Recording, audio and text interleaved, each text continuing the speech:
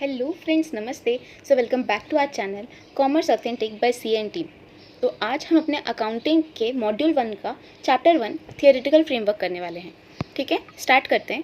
क्या है, अकाउंटिंग लेंदी रहता है तो हमें इसके थोड़ा जल्दी करना चाहिए, बट एक बार फुल स्टडी मटेरियल की स्टडी हो जाए, इसके लिए मैं आपको PDF से पढ़ा रही हूँ। हम यूनिट 1 इस वीडियो में कंप्लीट करने की कोशिश करेंगे। इसमें हमें meaning and significance of accounting पता चलेगा, book keeping, distinction between book keeping and accounting, evolutionary process of accounting as a social science, subfields of accounting, various user groups for whom accounting information is to be generated, understand the relationship of accounting with economics, statistics, mathematics, law and management, explain the limitations of accounting, appreciate the enlarged boundary of accounting profession and the areas wherein a chartered accountant plays an important role of rendering useful services to the society. Okay, so let's begin. Unit overview भी दिया है इन्होंने। सबसे पहले तो procedure of accounting. Accounting के दो काम होते हैं, generating financial information and using the financial information. तो जनरेटिंग फाइनेंशियल इन्फॉर्मेशन में आता है recording, classifying and summarising, and using the financial information में आता है analysing, interpreting and communicating. Then identification of transaction, input, accounting cycle, output. Input में आएगा identification of economic events and transactions measured in financial terms, and accounting cycle में आएगा recording of transactions in the books of original entry, posting to ledger, preparation of trial balance, preparation of final accounts. Then finally output में आएगा communication of information to users. Okay, finally सबको बता दो। किस किस को बताओगे? पहले बताओगे internal users को, यानी बोर्ड ऑफ डायरेक्टर्स को, पार्टनर्स को, मैनेजर्स को और ऑफिसर्स को। देन एक्सटर्नल यूजर्स को, यानी इन्वेस्टर्स को, लेंडर्स को, suppliers, government agencies and customers. So ये देखिए, ये सब कुछ आपने पढ़ा हुआ है। अगर आपने 11th एंड 12th में कॉमर्स लिया था तो आप सब इन चीज़ों के बारे में जानते हैं। तो introduction. Every individual performs some kind of economic activity, an activity related to money. Financial transaction होना चाहिए। A salaried person gets salary and spends to buy provisions and clothing for children's education, construction of house, etc. हमें अपने human wants को satisfy करने के लिए money की ज़रूरत पड़ती है, एंड जब हम मनी का यूज़ करके अपने कोई वांट को सेटिस्फाई करते हैं, it is called economic activity. A sports club formed by a group of individuals, a business run by an individual or a group of individuals, a company running a business in telecom sector, a local authority like Calcutta Municipal Corporation, Delhi Development Authority, governments, either central or state, all are carrying some kind of economic activities. अब अगर हमारी government कोई bridge बनाए, जैसे यहाँ मुंबई में अटल सेतु बनाए, तो उसके लिए उन्हें पैसे तो लगे, सो it is an economic activity. Not necessarily all the economic activities are run for any individual benefit. Such economic activities may create social benefit. जैसे ये ब्रिज बनाया तो ये सोशल बेनिफिट है ना, सोसाइटी को बेनिफिट मिलेगा। अब हम पनवेल से या नवी मुंबई से मुंबई सिर्फ 15-20 मिनट में पहुंच सकते हैं, कितनी अच्छी बात है। जहां पहुंचने के लिए 1.5 से 2 घंटे तक लग जाते थे, अब वो काम 15-20 मिनट में हो रहा है। So it is creating social benefit, that is benefit for the public at large. Anyway, such economic activities are perform through transactions and events. ठीक है, ये दो वर्ड्स इस चैप्टर में बहुत इंपॉर्टेंट है। Transaction is used to mean a business performance of an act and agreement, while event is used to mean a happening, a consequence of transactions, a result. जैसे assume करते हैं आपने अपना एक बिजनेस चालू किया है, 1 लाख रुपए इन्वेस्टमेंट मतलब कैपिटल डाल के, देन उसमें से आपने फर्नीचर खरीदा, रेंट पे किया अपनी जगह का, and finally at the end of the year आपको प्रॉफिट हुआ 1.5 लाख रुपए का। तो आपके साल भर के जितने भी खर्चे हुए थे, उसके बाद में जो अमाउंट बचेगी वो होगा आपका प्रॉफिट, राइट। तो ये जो प्रॉफिट बचेगा which is a result of the transactions, जो साल भर आपने बिजनेस ट्रांजेक्शन्स किए, कुछ बेचा किया, जो भी सामान लाए, रॉ मटेरियल्स लाए, इन सब के बाद में अंत में जो आपके पास में प्रॉफिट बचा, that is an event, a result. Okay, धीरे धीरे ये एग्जाम्पल भी दिया इन्होंने, इसके ज़रिए जानते हैं। So example 1, an individual invest ₹2 lakh for running a stationery business. On 1st January, he purchases goods for ₹1,15,000 and sells for ₹1,47,000 during the month of January. He pays shop rent for the month ₹5,000 and finds that he still has goods worth ₹15,000 in hand, यानी stock in hand. The individual performs an economic activity.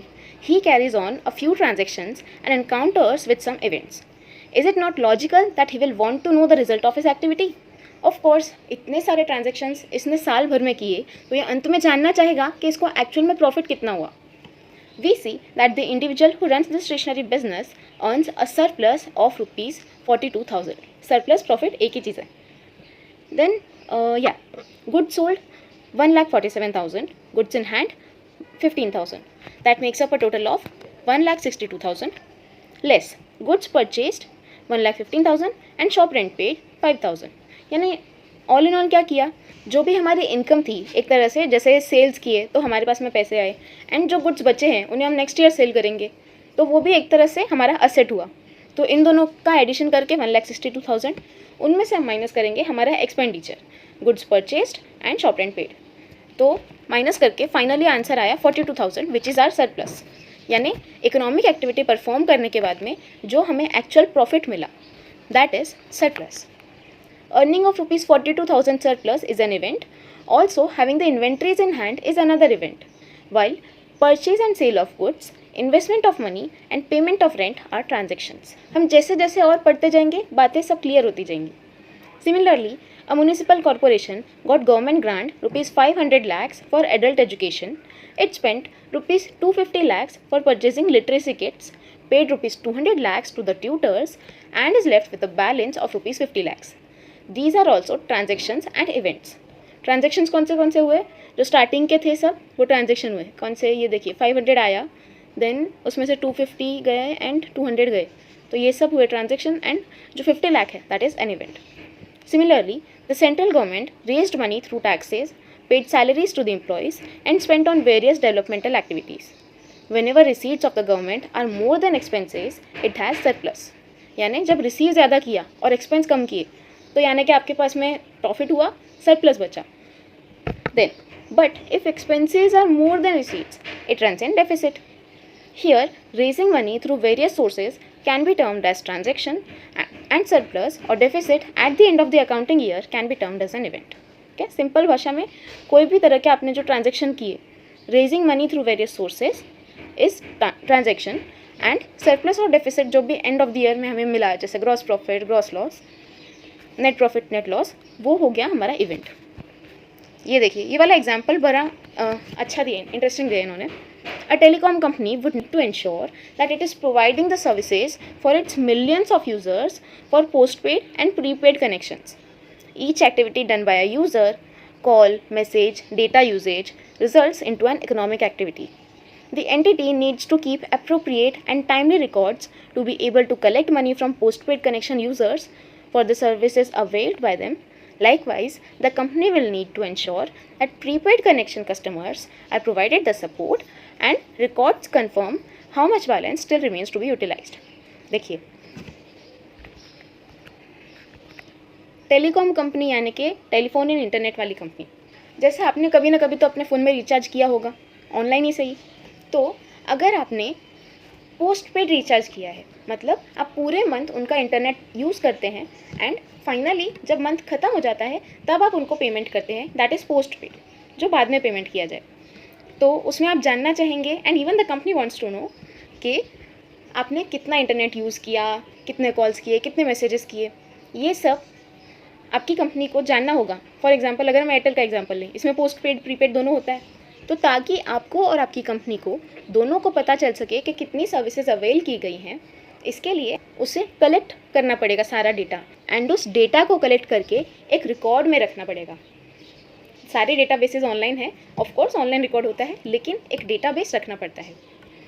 Likewise अगर आप कोई prepaid customer हैं, जैसे आपने month के starting में उसे 155 का या 325 का रिचार्ज कर दिया है, तो आप जानना चाहेंगे कि चलो कॉल्स तो अनलिमिटेड है सही, लेकिन डेटा अगर मेरे पास में 2 GB है फॉर अ मंथ 2 GB है, तो मैं जानना चाहूँगी कि हाँ भाई, तो मैंने कितना डेटा यूज़ किया है, 15 दिन में कितना डेटा यूज़ हुआ, 20 डेज़ में कितना डेटा यूज़ हुआ.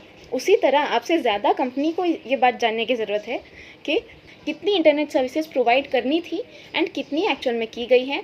एंड इफ़ आपका पैक ख़त्म हो गया है तो आप और सर्विसेज उस पैक के साथ यूज़ नहीं कर सकते. सो of course everybody wants to keep records of all transactions and events and to have adequate information about the economic activity as an aid to decision making. तो आपको और आपकी कंपनी को दोनों को डिसीजन लेना पड़ेगा ना। अगर समझिए आपके पास में 50 MB का डेटा बचा है एंड आपका पैक है अभी नेक्स्ट 2 डेज़ तक, तो आपको 2 दिन तक आपका डेटा चलाना पड़ेगा या तो इंटरनेट का यूज़ कम करना पड़ेगा। एंड वहीं उस कंपनी को भी प्रॉपर रिकॉर्ड रखना पड़ेगा कि 50 MB ख़त्म हो, वैसे आपको फिर इंटरनेट नेक्स्ट 2 डेज़ के लिए नहीं मिले, मीन्स एक्स्ट्रा ना प्रोवाइड करते हैं ऐसे करके। तो ऑफकोर्स दोनों पार्टीज़ को डिसीजन मेकिंग में हेल्प हो जाएगी अगर उसका रिकॉर्ड रखा रहे। Accounting discipline has been developed to serve this purpose as it deals with the measurement of economic activities involving inflow and outflow of economic resources, which helps to develop useful information for decision making process. ठीक है, तो economic activities का inflow and outflow हम record करके रखते हैं ताकि हम डिसीजन मेकिंग जब चाहे कर सकें। Accounting has universal application for recording transactions and events and presenting suitable information to aid decision making regarding any type of economic activity ranging from a family function to functions of the national government. कहीं का भी function हो, पैसे तो वहाँ पे involve होंगे, कोई भी चीज़ फ्री में तो नहीं होती ना। But hereafter we shall concentrate only on business activities and their accounting because the objective of this study material is to provide a basic understanding on accounting for business activities. ये जो हमारा study material है, दोनों modules ये focus करेंगे business activities पे, ना कि आपके फैमिली फंक्शन या फिर नेशनल गवर्नमेंट की एक्टिविटीज़ पे। Fine, so nevertheless it will give adequate knowledge to think coherently of accounting as a field of study for universal application. हालांकि जो भी अकाउंटिंग आप इन 2 बुक्स से सीखेंगे उसे आप यूनिवर्सली कहीं भी अप्लाई कर सकते हैं। Fine, accounting is universal in nature and अब तो ICAI एफर्ट्स भी ले रहा है कि इंटरनेशनल स्टैंडर्ड से मैच कर सके। The growth of accounting discipline is closely associated with the development of the business world. Thus, to understand accounting as a field of study for universal application, it is best identified with recording of business transactions and communication of financial information about business enterprise to facilitate decision making. So, हमें transactions को record भी करना है and उन्हें finally communicate भी करना है to the users, both internal and external. The aim of accounting is to meet the information needs of the rational and sound decision makers and thus called the language of business. Underline, ठीक है, objectives में भी आ सकता है। जो question number 1 होता है उसमें कई बार वो लोग ट्रू और फॉल्स पूछ लेते हैं, it depends. So language of business accounting. Now meaning of accounting. The Committee on Terminology set up by the American Institute of Certified Public Accountants formulated the following definition of accounting in 1961. क्या definition दी CPA वाले institute ने? Accounting is the art of recording, classifying, summarising in a significant manner and in terms of money transactions and events which are in part at least of a financial character and interpreting the result thereof. वही जो हमने chart में भी पढ़ा था, क्या क्या accounting एक आर्ट है, एक कला है। किस किस चीज़ की? चीज़ों को रिकॉर्ड करने की, देन उनको क्लासीफाई करने की, अलग अलग करने की, एंड उनको समराइज करने की यानी trial balance in a significant manner. Of course accounting में सिग्निफिकेंट मैनर होता है and in terms of money, monetary terms में होना चाहिए, नहीं तो हम उसे कैलकुलेट कैसे करेंगे। ट्रांजैक्शन एंड इवेंट्स दोनों को इंक्लूड करके in part at least of a financial character, money से रिलेटेड फाइनेंस जो नंबर्स में मेजर किया जा सके, and interpreting the result thereof. तो इनकी डेफिनेशन इंटरप्रिटिंग तक सीमित थी। As per this definition, accounting is simply an art of record keeping. The process of accounting starts by first identifying the events and transactions which are of financial character and then be recorded in the books of account. Continuing with the same example of the telecom company, which needs to capture all transactions made by the user, like raising invoice to the customer, receipt of money, payment towards salaries, marketing, etc.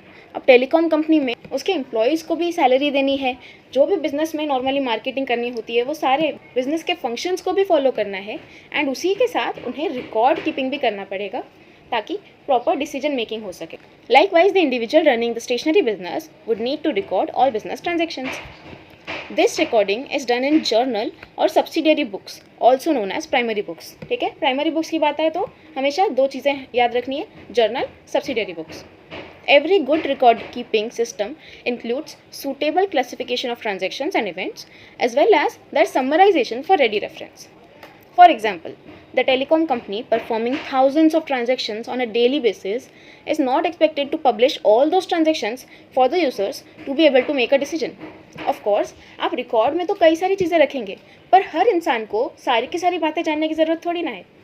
समझिए, internal users को सारी बातें जाननी ज़रूरी है क्योंकि उन्हें decision making करनी है, बट एक्सटर्नल यूज़र्स को तो बस इस बात से मतलब है कि आपका बिजनेस प्रॉफिटेबल है कि नहीं। जैसे लेंडर्स, इन्वेस्टर्स, अगर आपका बिजनेस प्रॉफिटेबल है तो उन्हें बाकी की चीज़ें जाननी ज़रूरी नहीं है कि कौन सा इंसान कितना डेटा यूज़ करता है, उसका पैक्स टाइम पे ख़त्म होता है कि नहीं।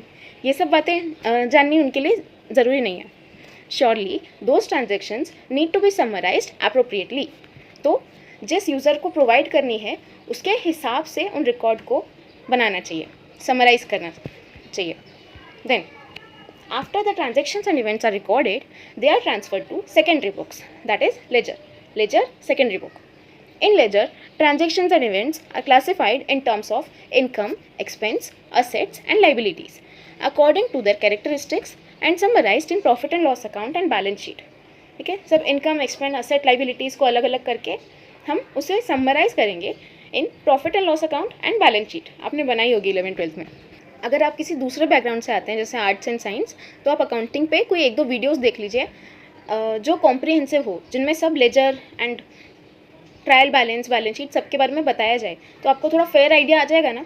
फिर अपनी ICAI की मॉड्यूल बहुत सही बनाई है इन्होंने, आप बस पढ़िए, आपको समझ में आता जाएगा। कुछ नहीं समझ में आ रहा है, 1-2 वर्ड्स गूगल पे सर्च करिए, फिर वापस से बुक पर आइए, और ज़्यादा सोर्सेज देखने की ज़रूरत नहीं है।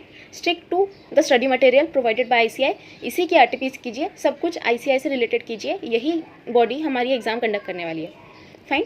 सो essentially the transactions and events are to be measured in terms of money. Measurement in terms of money means measuring at the ruling currency of a country. For example, rupee in India, dollar in USA and like, ठीक है, yen in Japan. The transactions and events must have at least in part financial characteristics. अगर monetary terms में नहीं होगा, finance की भाषा में नहीं होगा, तो हम उसे रिकॉर्ड ही नहीं कर पाएंगे।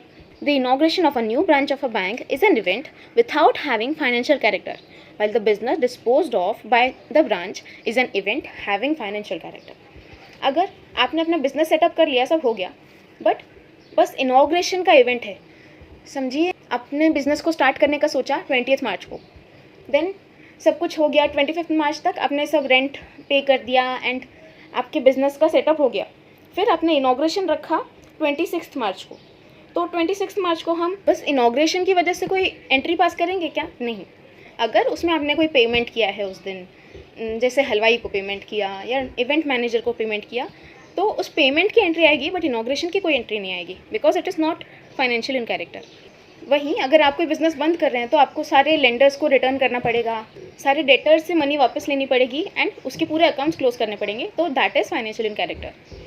Accounting also interprets the recorded, classified and summarized transactions and events.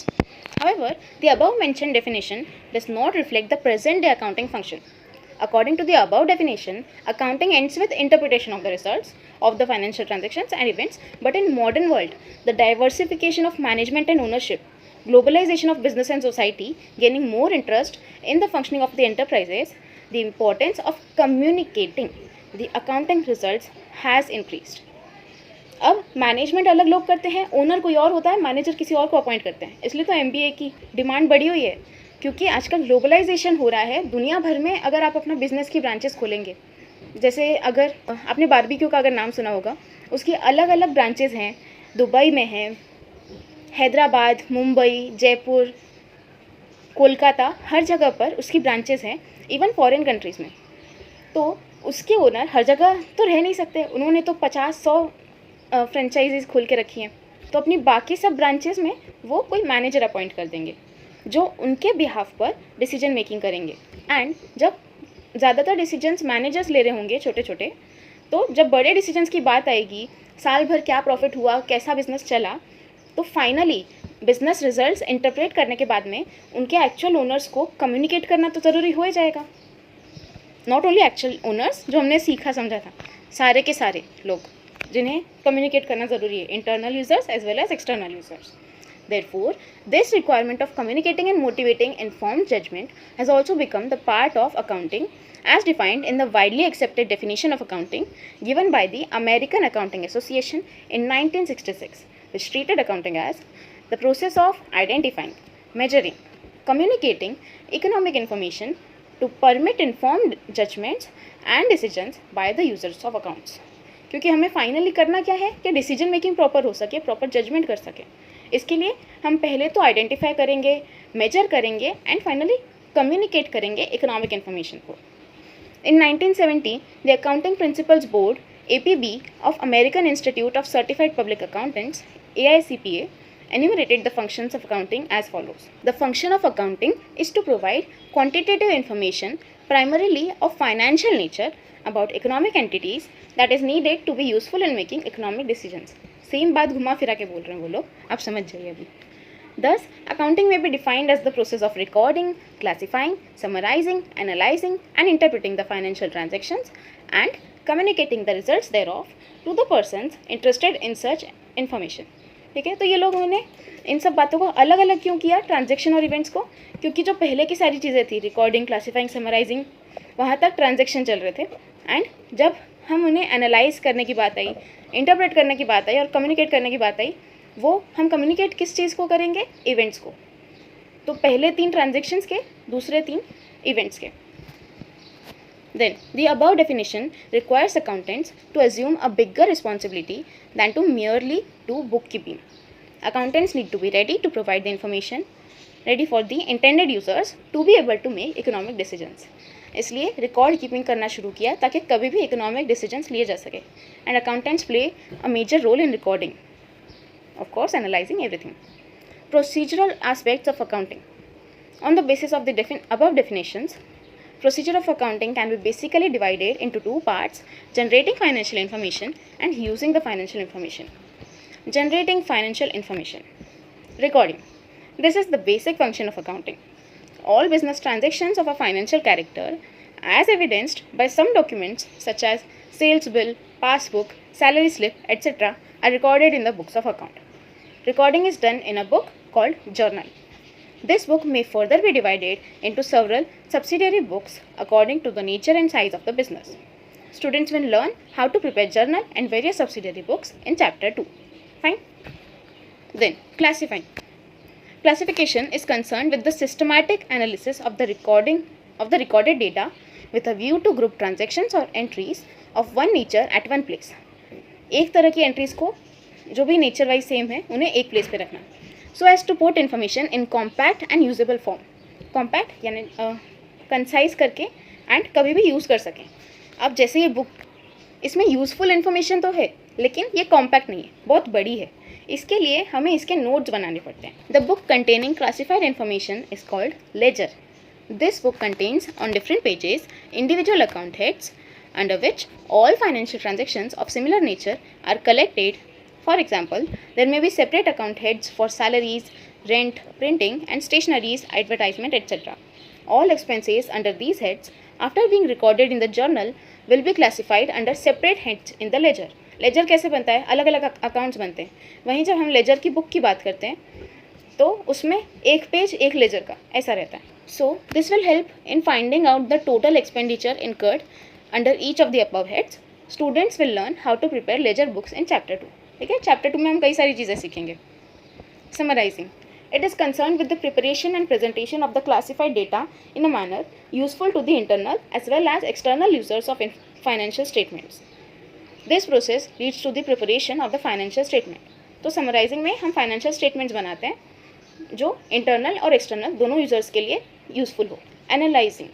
The term analysis means methodical classification of the data. एक systematic तरीके से classification होना चाहिए.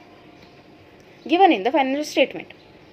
The figures given in financial statements will not help anyone unless they are in a simplified form.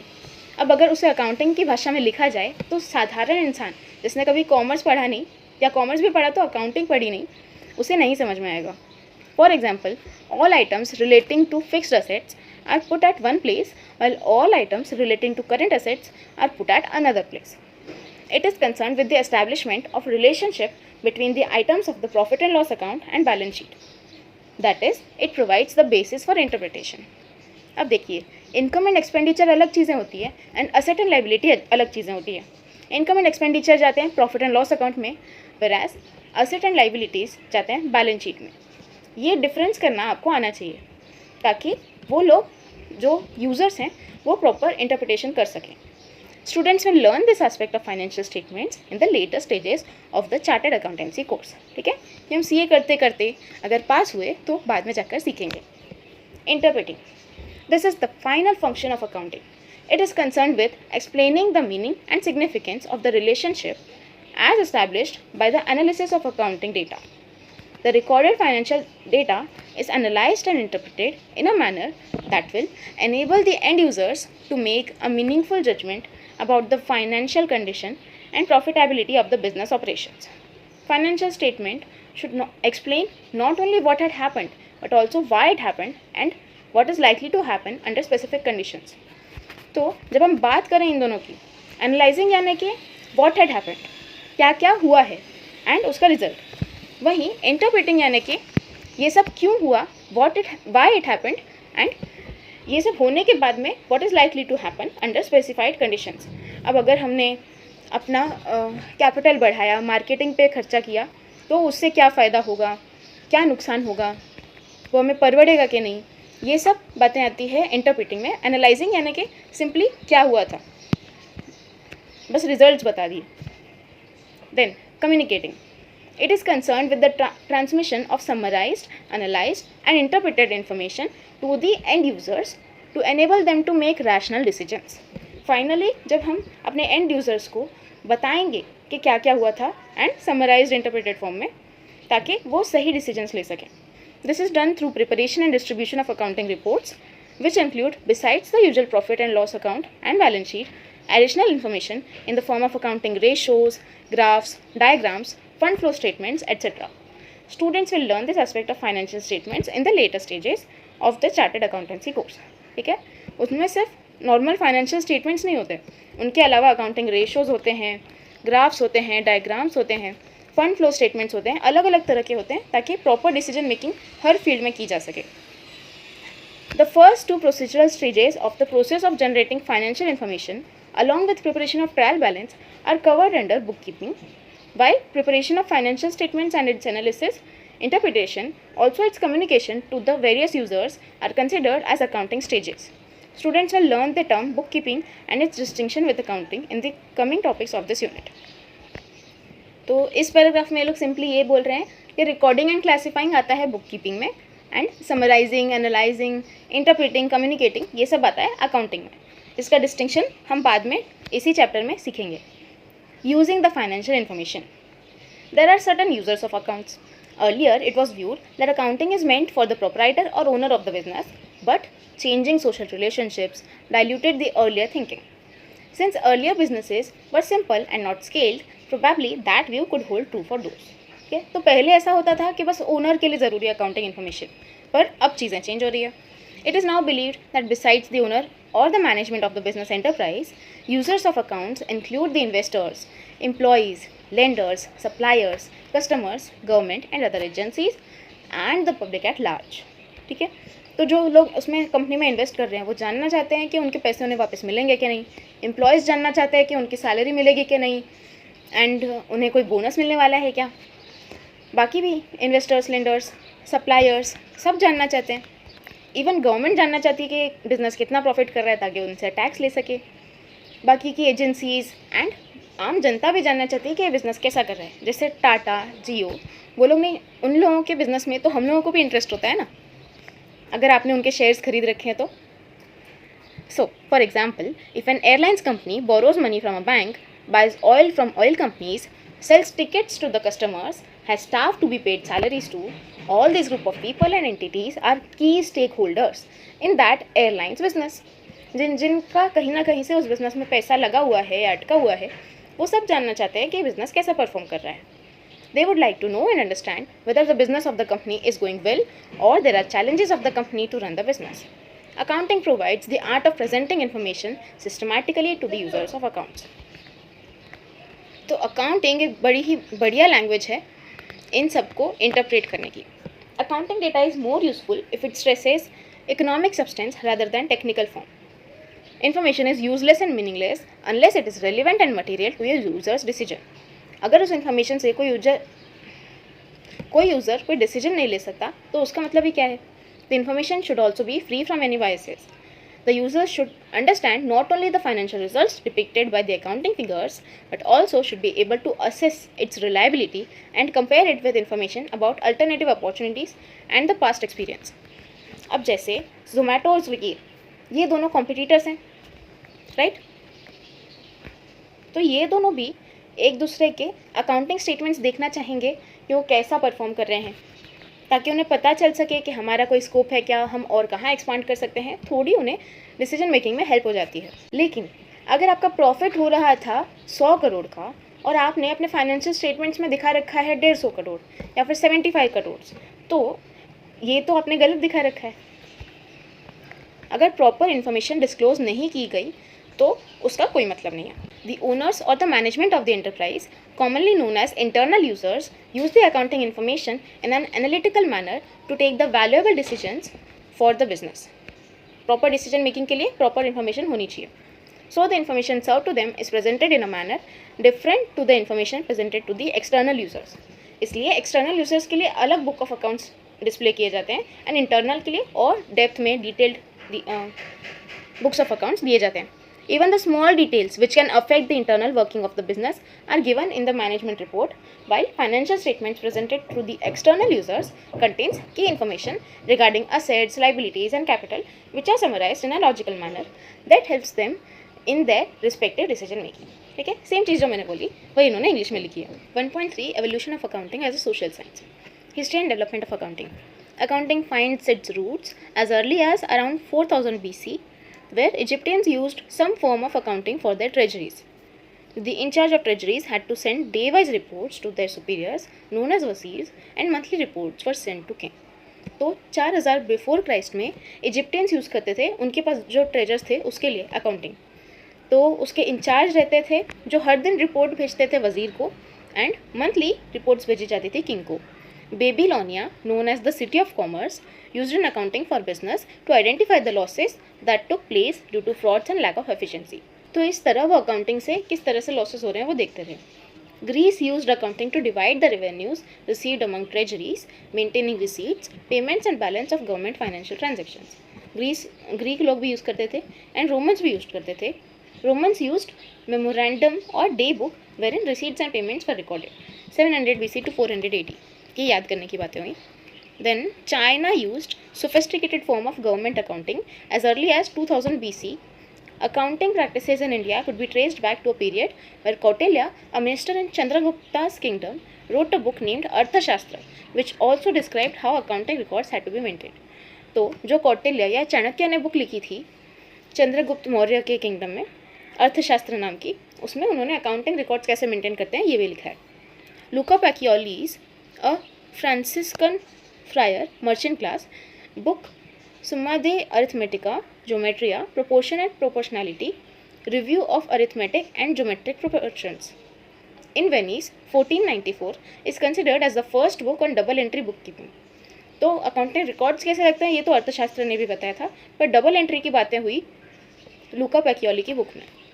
A portion of this book contains knowledge of business and bookkeeping. He used the terms debit, DR and credit CR in his books. These were the concepts used in Italian terminology.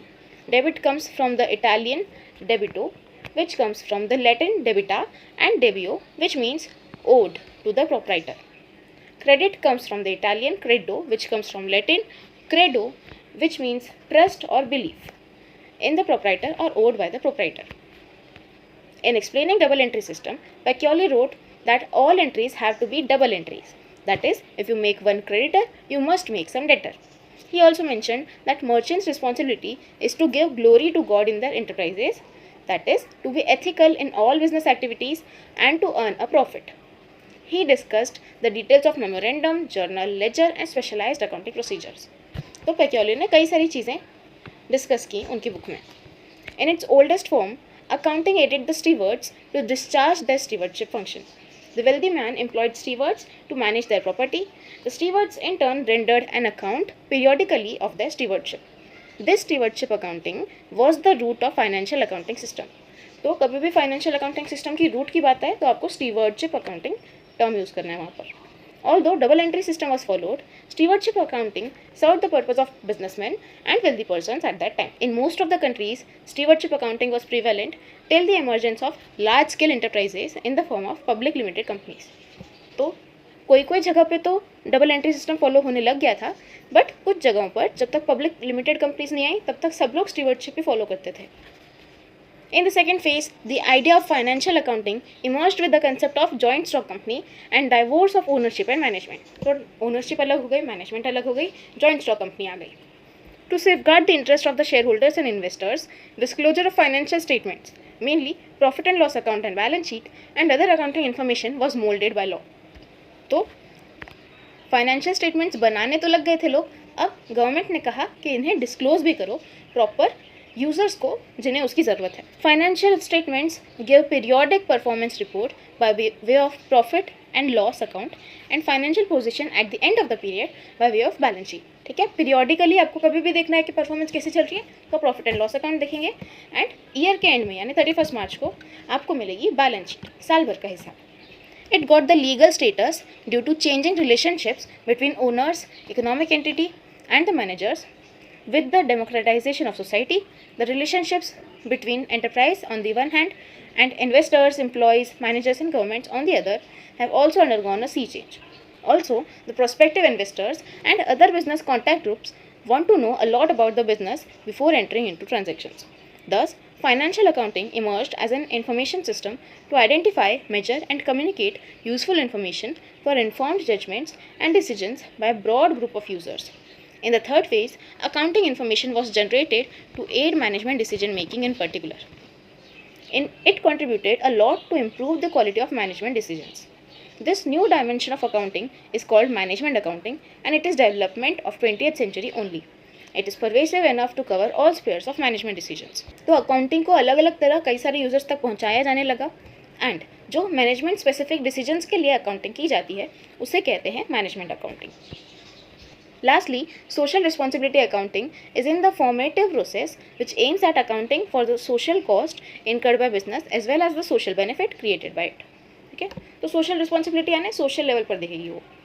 It emerges from the growing social awareness about the undesirable byproducts of economic activities.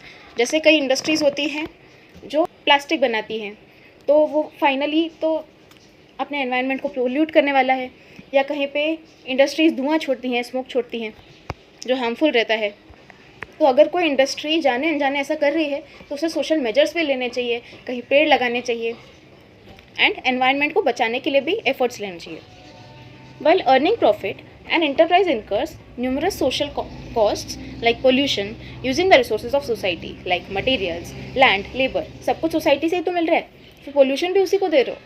To compensate for this social cost, in today's world, an enterprise is expected to generate some social benefits also, like employment opportunities, recreation activities, more choice to customers at reasonable price, better quality products, etc. It is demanded that the accounting system should produce a report measuring the social cost incurred and social benefits generated. तो आजकल की जो नई accounting आई है उसमें हम social level पर भी देखते हैं कि हमने क्या क्या सोसाइटी से लिया एंड क्या क्या सोसाइटी को दिया. Social science study man as a member of society. They concern about social processes and the results and consequences of social relationships. The usefulness of accounting to society as a whole is the fundamental criterion to treat it as a social science. Accounting सिर्फ एक इंसान के लिए नहीं होती, पूरी society के लिए होती है. Although individuals may benefit from the availability of accounting information, the accounting system generates information for social good. It serves social purpose. It contributes for social progress. Also, it is being adapted to keep pace with social progress. So, accounting is treated as a social science. ये समझा आपको? देखिए, कभी भी जो भी investors हैं जिन्होंने उस बिजनेस में पैसे लगाए हैं, they are all a part of the society, right? तो अगर इकोनॉमी का पैसा डूबेगा तो इकोनॉमी को चलेगा क्या? नहीं. इसलिए हम अकाउंटिंग करते हैं ताकि सब लोगों को पता हो कि ये बिज़नेस कैसा चल रहा है, इसमें इन्वेस्ट करना अपने लिए फ़ायदेमंद होने वाला है क्या इनका स्टॉक आगे चल के ग्रो होगा, ये सब हमें अकाउंटिंग से पता चलना चाहिए. Then objectives of accounting. तो सबसे पहला है सिस्टमैटिक रिकॉर्डिंग ऑफ ट्रांजैक्शंस. जैसा हम इतने टाइम से पढ़ते आ रहे हैं, basic objective of accounting is to systematically record the financial aspects of business transactions. क्या क्या रिकॉर्ड करेगा? फाइनेंशियल एस्पेक्ट रिकॉर्ड करेगा एक बिजनेस के ट्रांजैक्शन का, that is book keeping. These recorded transactions are later on classified and summarized logically for the preparation of financial statements and for their analysis and interpretation. समझा? Next, ascertainment of results of above recorded transactions. अब इनके result निकालो. Accountant prepares profit and loss account to know the results of business operations for a particular period of time. ठीक है, इसके लिए हम profit and loss account बनाते हैं. If revenue, sales exceeds expenses, then it is said that business is running profitably. But if expenses exceed revenue, then it can be said that business is running under loss. Of course, अगर आप कमा ज़्यादा रहे हैं और आपके खर्चे कम हैं तो आप प्रॉफिट में हैं. अगर कमा कम रहे हैं, खर्चे ज़्यादा हैं तो लॉस हो रहा है. The profit and loss account helps the management and different stakeholders in taking rational decisions. For example, if business is not proved to be remunerative or profitable, the cause of such a state of affair can be investigated by the management for taking remedial steps. अगर business को profit नहीं हो रहा है तो उसके लिए management कोई स्टेप्स ले सकती है जिससे अपना बिजनेस प्रॉफिट में जाए. Then ascertainment of the financial position. पहले इन्होंने क्या कहा था? रिजल्ट्स यानी कि profit and loss account, and financial position की बात है तो balance sheet. A businessman is not only interested in knowing the results of the business in terms of profits or losses for a particular period, but is also anxious to know that what he owes liability to the outsiders and what he owns assets on a certain date. To know this, accountant prepares a financial position statement popularly known as balance sheet. The balance sheet is a statement of assets and liabilities of the business at a particular point of time. है ना, हम लिखते हैं ना balance sheet as on 31 मार्च 2023, ताकि हमें अपने business की फाइनेंशियल हेल्थ पता चल सके. Financial health. Next, providing information to the users for rational decision making. Accounting as a language of business communicates the financial results of an enterprise to various stakeholders by means of financial statements. Accounting aims to meet the information needs of the decision makers and helps them in rational decision making. Same ही बात घुमा घुमा के बोल रहे हैं. तो भाई अकाउंटिंग है लैंग्वेज ऑफ बिजनेस जो फाइनेंशियल रिजल्ट्स को की स्टेक होल्डर्स को प्रोवाइड करती है. किस तरह? फाइनेंशियल स्टेटमेंट दिखा के, ताकि वो प्रॉपर डिसीजन मेकिंग कर सकें. To know the solvency position. By preparing balance sheet, management not only reveals what is owned and owed by the enterprise, but also gives the information regarding concern's ability to meet its liabilities in the short run, liquidity position, and also in the long run, solvency position, as and when they fall due. इसकी ज़रूरत पड़ती है अपने creditors को. जैसे आपने कोई short term loan लिया था बैंक से 6 मंथ्स के लिए, तो इन 6 महीनों में आपकी फाइनेंशियल पोजीशन कैसी है ये वो बैंक देखता रहेगा, एंड पहले के रिकॉर्ड्स देखकर वो जांच पड़ताल करेगा कि 6 महीने में ये बिजनेस मेरा लोन चुका पाएगा कि नहीं. एंड वहीं लॉन्ग रन में अगर आपने कोई अपनी समझिए जो शॉप खरीदी उस जगह के लिए लोन लेके रखा है, तो उसके लिए अगर आपने 7 साल का लोन लिया हुआ है तो जो भी आपको लोन देगा वो आपकी फाइनेंशियल पोजीशन प्रीवियस देखेगा, थोड़ा बहुत एस्टिमेट लगाएगा, एंड ये जानने की कोशिश करेगा कि 7 साल में आप उनका लोन वापस चुका पाएंगे कि नहीं. तो जो शॉर्ट रन का होता है वो लिक्विडिटी होती है. जैसे कैश है तो हाँ तभी की तभी दे देंगे. वहीं अगर आपकी ज़मीनें हैं कई जगहों पर तो वो आपको बेचना पड़ेगा, वो बेचने के लिए कोई इंसान चाहिए, तो वो थोड़ा मुश्किल पड़ता है. वहीं अगर आपने कहीं 5-10 लाख रुपए आपके किसी दूर के रिश्तेदार को दे के रखे होंगे तो उन डेटर से रिकवर करना और मुश्किल पड़ता है. तो इसलिए लिक्विडिटी यानी शॉर्ट रन में जो जैसे कैश, लिक्विड कैश बोलते हैं उसको, लिक्विड एसेट. गोल्ड भी लिक्विड एसेट्स में आता है, बस गए और आपको पैसे मिल सकते हैं. बट बाकी के जो एसेट्स होते हैं ज़्यादातर वो सब नॉन लिक्विड एसेट्स होते हैं जो शॉर्ट रन में ना सही पर लॉन्ग रन में ज़रूर आपकी सॉल्वेंसी पोजीशन बना सकते हैं, आपको सॉल्वेंट रख सकते हैं, आप लोन चुका पाएंगे. An overview of objectives of accounting is depicted in the chart given below. तो क्या क्या चीज़ें हैं भाई? सिस्टमैटिक रिकॉर्डिंग ऑफ ट्रांजेक्शंस यानी कि book keeping, journal, ledger and trial balance. Ascertainment of results, manufacturing, trading, profit and loss account. Ascertainment of financial position यानी balance sheet. Communicating information to various users यानी financial reports. अब देखिए ऊपर का 1.4 आपको पढ़ने की बिल्कुल ज़रूरत नहीं है. नेक्स्ट टाइम जब आप रिवाइज करेंगे बस ये चार्ट पढ़िए and you are done. Fine. Next 1.5 functions of accounting. The main functions of accounting are, first one, measurement. Accounting measures past performance of the business entity and depicts its current financial position. तो past में आपने कैसा perform किया है, आप कितना profit कमाते आए हैं, एंड अब आपकी पोजीशन क्या है, कितने आपके एसेट्स हैं, कितने लिक्विड एसेट्स हैं, क्या क्या लाइबिलिटीज़ हैं, वो सब आप मेजर कर सकते हैं. Forecasting. Accounting helps in forecasting future performance and financial position of the enterprise using past data and analyzing trends. तो पहले के ट्रेंड्स देखते हुए आप आगे कैसा परफॉर्म करने वाले हैं ये आप थोड़ा अंदाज़ा लगा सकते हैं, क्या क्या स्ट्रैटेजीज अप्लाई करनी है, सब कुछ सोच समझ कर डिसीजन ले सकते हैं। Decision making, accounting provides relevant information to the users of accounts to aid rational decision making. जो इतना टाइम से बात लिख रहे हैं कुछ ना कुछ पॉइंट डाल दीजिए इसमें। Comparison and evaluation, accounting assesses performance achieved in relation to targets and disclosure information regarding accounting policies and contingent liabilities which play an important role in predicting, comparing and evaluating the financial results। हम क्या target रख रहे थे और हम उसमें कहाँ तक पहुँच पाए। अगर हमने रखा था 100% का टारगेट, उसमें से हम 80 तक पहुँच पाए, कितना हमें इम्प्रूव करने की ज़रूरत है। अगर हमारी कोई कॉम्पिटिटर बिजनेस है तो वो लोगों ने क्या किया था, उन्होंने कैसे गोल्स रखे थे, उनकी स्ट्रैटेजीज थोड़ा बहुत उससे कंपेयर करके, थोड़ा खुद से कंपेयर करके हम और किस तरह इंप्रूवमेंट ला सकते हैं, ये सब हम अकाउंटिंग की मदद से कर सकते हैं। Then control, accounting also identifies weaknesses of the operational system and provides feedbacks regarding effectiveness of measures adopted to check such weaknesses. तो आप में क्या क्या कमियाँ आ रही हैं ये सबको आप कंट्रोल कर सकते हैं। आपके एम्प्लॉयज़ बराबर काम कर रहे हैं कि नहीं, आपकी मैनेजमेंट ने सही तरह से मैनेजमेंट किया है कि नहीं, कहीं पर काम चोरी तो नहीं हो रही, आप सब कुछ देख सकते हैं। ये सब आपको कैसे पता चलेगा? अकाउंटिंग के द्वारा। जैसे कोई नए एम्प्लॉयज़ आपने लाए, उनसे कितना प्रॉफिट हुआ, वो सब। Then government regulation and taxation, accounting provides necessary information to the government to exercise control on the entity as well as in collection of tax revenues. Government भी आप पर प्रॉपर कंट्रोल कर पाए, इसके लिए हम अकाउंटिंग करते हैं, उन्हें प्रॉपर टैक्स पे हो, उस सब के लिए। Next is bookkeeping. Bookkeeping is an activity concerned with the recording of financial data relating to business operations in a significant and orderly manner. It covers procedural aspects of accounting work and embraces record keeping. तो record keeping को ये प्रेरित करता है। Obviously, bookkeeping procedures are governed by the end product, the financial statements. हम bookkeeping क्यों करते हैं? ताकि हमें financial statements मिल पाएँ। The term financial statements means profit and loss account, balance sheet, cash flow statements, including schedules and notes forming part of accounts. तो कई सारी चीज़ें होती है, पढ़ते हैं।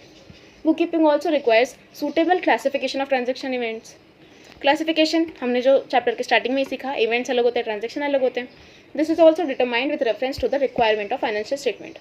आपको किस तरह के फाइनेंशियल स्टेटमेंट बनाने हैं उसके हिसाब से आप क्लासिफिकेशन करते हैं। A bookkeeper may be responsible for keeping all the records of a business or only of a minor segment such as position of the customer's accounts in a departmental store. अगर आप कोई भी normal store में जाएंगे तो उन्हें बस customer के अकाउंट्स मेंटेन करने हैं कि हाँ भाई, जैसे दूध वाले या किराने वाले के पास में होता है ना, एक पर्ची होती है, उस पर वो लोग रोज़ लिखते रहते हैं, हाँ आज 1 लीटर दूध लिया था, आज 2 लीटर लिया है, आज आधा ही लीटर लिया है। ये सब वो लोग मेंटेन करके रखते हैं and and of the month आप उनको जाके पेमेंट करते हैं। Accounting is based on a careful and efficient book keeping system. तो एक प्रॉपर सिस्टम होना चाहिए जिसमें कोई भी तरह की गलती नहीं होनी चाहिए और ना ही चीटिंग होनी चाहिए। The essential idea behind maintaining book keeping records is to show correct position regarding each head of income and expenditure. फिर चाहे इनकम की बात हो या एक्सपेंडिचर की बात, हमेशा हमें करेक्ट डिटेल्स वहाँ पर फिल करनी चाहिए। A business may purchase goods on credit as well as in cash. हम कैश में भी खरीद सकते हैं, क्रेडिट पे भी खरीद सकते हैं। When the goods are brought on credit, a record must be kept of the person to whom money is owed. इसलिए आप कभी भी देखेंगे ना, जब हम एंट्री करते हैं तो या तो कैश कम्स इन तो हम cash account debit to stock account या गुड्स अकाउंट ऐसा करते हैं। लेकिन वहीं जब कोई हमारा क्रेडिटर होता है तो हम creditors account debit to goods account ऐसी एंट्री करते हैं। क्यों? क्योंकि हमें रिकॉर्ड मेंटेन करना है कि उससे भाई अगले महीने पैसे लेने हैं। अगर हम उस इंसान को ही भूल गए किसको दिया था तो थोड़ी चलेगा। The proprietor of the business may like to know from time to time what amount is due on credit purchase and to whom. कितने अमाउंट है और किससे ड्यू है।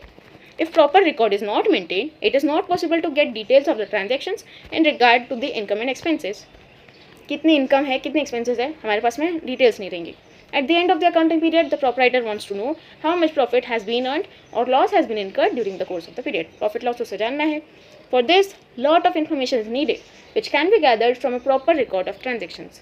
Therefore, in bookkeeping, the proper maintenance of books of accounts is indispensable for any business. Her business को bookkeeping करना ज़रूरी है। At this level, the major concern of the curriculum is with bookkeeping and preparation of financial statements. It seems important to mention at this point that bookkeeping and preparation of financial statements have legal implications too. आप किसी भी form में नहीं कर सकते, जो legally valid है उस तरह आपको बुक कीपिंग करनी है। Maintenance of books of accounts and preparation of financial statements of a company are guided by the Companies Act, banks and insurance companies by special acts governing these institutions and so on. अलग अलग act apply होते हैं इन सब पे. However, for sole proprietorship and partnership business, there is no specific legislation regarding maintenance of books of accounts and preparation of financial statements. तो देखो company का तो लीगली प्रिस्क्राइब किया गया है कैसे बुक्स ऑफ अकाउंट्स मेंटेन करने हैं, पर जो सोल प्रोप्राइटर्स होते हैं या पार्टनरशिप में मतलब छोटे छोटे बिजनेस होते हैं उनमें कोई स्पेसिफिक लेजिस्लेशन नहीं है, कोई लॉ नहीं बना हुआ है कि अरे इसी तरह रिकॉर्ड करना पड़ेगा, बट हम एक स्टैंडर्ड फॉर्मेट बुक में पढ़ते हैं. Objectives of book keeping, complete recording of transactions. अगर हम डे 1 से बुक कीपिंग करें तो सारे ट्रांजेक्शन्स हम रिकॉर्ड कर सकते हैं एंड हमें जब चाहिए हमें सारे ट्रांजेक्शन्स मिल जाएंगे. It is concerned with complete and permanent record of all transactions in a systematic and logical manner to show its financial effect on the business. उससे क्या इफेक्ट पड़ा वो भी. Ascertainment of financial effect on the business. Same बात. It is concerned with the combined effect of all the transactions made during the accounting period upon the financial position of the business as a whole. तो पूरा financial position आपको सब कुछ पता चल जाता है अकाउंटिंग करके. अकाउंटिंग के लिए पहले बुक कीपिंग करनी पड़ती है. Distinction between book keeping and accounting. कुछ लोगों को लगता है कि अकाउंटिंग बुक कीपिंग एक ही बात है, लेकिन they are different. Accounting broad है, वेराज बुक कीपिंग सीमित है चीज़ें को रिकॉर्ड करने के लिए और क्लासीफाई करने के लिए. You need an ability to analyze and interpret the information provided by bookkeeping records in accounting. Bookkeeping is the recording phase, while accounting is concerned with the summarizing phase of an accounting system. तो उन सबको summarise करके analyse करके interpret करने का काम accounting है. चलिए देखते हैं. So first point, bookkeeping. It is a process concerned with recording of transactions, and accounting is a process concerned with summarizing recorded transactions. Bookkeeping record करेगा, accounting उन्हें summarize करेगा. Bookkeeping बेस है, accounting लैंग्वेज है. Bookkeeping में financial statements नहीं होते, accounting में financial statements होते हैं जो बनाए जाते हैं bookkeeping के बेसिस पे. देन मैनेजरियल डिसीजंस बुककीपिंग के बेसिस पे नहीं लिए जा सकते. अकाउंटिंग करने के बाद में मैनेजमेंट आसानी से डिसीजंस ले सकती है. बुक कीपिंग का कोई सब फील्ड नहीं है, अकाउंटिंग का सब फील्ड है, जैसे financial accounting, management accounting etcetera. Financial position of the business can not B ascertain through book keeping records. Financial position book keeping से नहीं पता चलेगी, अकाउंटिंग से फाइनेंशियल पोजीशन पता चल जाएगी. सिंपल, क्योंकि हमें अकाउंटिंग रिपोर्ट्स पता चलेंगी, इंटरप्रेट करेंगे, एनालाइज करेंगे, सिंपल लैंग्वेज में से करेंगे. तो ये देखिए, relationship of accounting and book keeping can B depicted in the following chart. एकदम सही चार्ट है. सबसे छोटा होता है बुक कीपिंग, वो इंक्लूडेड होता है अकाउंटिंग में, and accountancy is the greatest part जिसमें बुक कीपिंग अकाउंटिंग दोनों आते हैं. Next, sub fields of accounting. The various sub fields of accounting are, first one financial accounting, यानी कि कोर अकाउंटिंग जो हम आज तक सीखते आए हैं. It covers the preparation and interpretation of financial statements and communication to the users of accounts. It is historical in nature as it records transactions which had already been occurred. Transaction पहले से हो चुके हैं, इसके लिए ये historical है. The final step of financial accounting is the preparation of profit and loss account and balance sheet. जब प्रॉफिट एंड लॉस अकाउंट बन गया एंड बैलेंस शीट बन गई तो फाइनेंशियल अकाउंटिंग वहाँ खत्म हो जाती है. It primarily helps in determination of the net result for an accounting period and the financial position as on given date. Next है management accounting. It is concerned with internal reporting to the managers of a business unit to discharge the functions of stewardship, planning, control and decision making. The management needs a variety of information. ठीक है, पहले के काम उन्हें ना करने पड़े, इसके लिए उन्हें कई सारे इन्फॉर्मेशन चाहिए जो करके देती है management accounting, which is especially for management to make decisions. The different ways of grouping information and preparing reports as decided by managers for discharging their functions are referred to as management accounting. Same बात English में लिखी है. A very important component of management accounting is cost accounting, which deals with cost ascertainment and cost control. Cost find out करते हैं and cost को control करते हैं, यानी उसे manage करते हैं, वो ज़्यादा बढ़ने नहीं चाहिए. Management accounting will be dealt with at higher levels of chartered accountancy course. ये management भी accounting भी आएगी पर आगे. अब cost accounting. The terminology of cost accounting published by the Institute of Cost and Management Accountants of England defines cost accounting as the process of accounting for cost which begins with the recording of income and expenditure or the basis on which they are calculated and ends with preparation of periodical statements and reports for ascertaining and controlling costs. तो ये पूरी accounting होती है cost के लिए. शुरुआत कहाँ से होती है? पहले इनकम एंड एक्सपेंडिचर रिकॉर्ड करते हैं, फिर बाकी सब बेसिस से हम कैलकुलेट करते हैं कॉस्ट को, एंड फाइनली हम पीरियोडिकल स्टेटमेंट्स बना देते हैं एंड रिपोर्ट्स बना देते हैं ताकि हम कॉस्ट का एस्टिमेट भी निकाल सकें एंड उसे जितना हो सके कम कर सकें, अपने कंट्रोल में रख सकें. Then, social responsibility accounting. The demand for social responsibility accounting stems from increasing social awareness about the undesirable byproducts of economic activities. जो pollution वगैरह हो रहा था, smoke, वो सब, sewage. As already discussed earlier, social responsibility accounting is concerned with accounting for social costs incurred by the enterprise and social benefits. पढ़ाई था हमने. Human resource accounting, ये नई बात आई. Human resource accounting is an attempt to identify, quantify and report investments made in human resources of an organization that are not presently accounted for under conventional accounting practice. तो human resource जैसे वहाँ पे employees जो काम करते हैं, कितने humans को कितने एफर्ट्स लगाने पड़ रहे हैं, वो सब भी हम कैलकुलेट करते हैं. एंड उस हिसाब से हम ह्यूमन रिसोर्स को यानी अपने लेबर वगैरह को प्रॉपर बोनसेस दे रहे हैं कि नहीं, ये सब कैलकुलेट होता है. Then users of accounting information. Generally users of accounts are classified into two categories, A. Internal users and B. External users. Management accounting is concerned with identifying information requirements as well as methods of providing such information to management, while information requirements of outsiders users are generally served by financial statements. तो भाई जैसा कि हम पढ़ते आ रहे हैं, internal users अलग होते हैं, एक्सटर्नल यूजर्स अलग होते हैं. इंटरनल को चाहिए होता है management accounting statement and external को फाइनेंशियल स्टेटमेंट इनफ होता है. इसके लिए कौन से यूज़र्स हैं ये हम डिटेल में अभी जान लेते हैं. Investors, they provide risk capital to the, अपना खुद का जो जीवन भर की कमाई है वो वहाँ पे बिजनेस में डाल के रिस्क लेते हैं. They need information to assess whether to buy, hold or sell their investment. हमें इनमें जो इन्वेस्टमेंट की है उतनी रखनी चाहिए कि और इन्वेस्टमेंट करनी चाहिए कि जितनी थी उतनी भी बेच देनी चाहिए. Also they are interested to know the ability of the business to survive, prosper and pay dividend. हमें डिविडेंड भी मिलेगा क्या, ये बिजनेस चलने तो वाला है कि नहीं, और बढ़ेगा कि नहीं. In non-corporate sector, where ownership and management are not essentially separated, the owners still need information about performance of business and its financial position to decide whether to continue or shut down. जहाँ पर owners और managers अलग अलग नहीं है, जैसे sole proprietor का business, उसमें उस ओनर को जानना है कि मुझे बिजनेस प्रॉफिटेबल है क्या, मुझे इसे और कंटिन्यू करना चाहिए कि बिजनेस बंद करके कुछ और काम ढूंढना चाहिए. Then employees. Growth of the employees is directly related to the growth of organization, and therefore they are interested to know the stability, continuity and growth of the enterprise and its ability to provide remuneration. Employees को क्यों चाहिए भाई, कि हमारी company grow कर रही है कि नहीं, हमें सैलरी बराबर मिलेगी कि नहीं, या हमें कुछ दिनों में निकाल दिया जाएगा कुछ डिफ्लेशन की वजह से, कितना चलेगा ये बिज़नेस, ग्रो होना चाहिए अच्छे से, हमें रेमुनरेशन मिलना चाहिए, रिटायरमेंट वगैरह बेनिफिट्स मिलने चाहिए, बोनसेस मिलने चाहिए. ये सब होती है एम्प्लॉयज़ की बातें.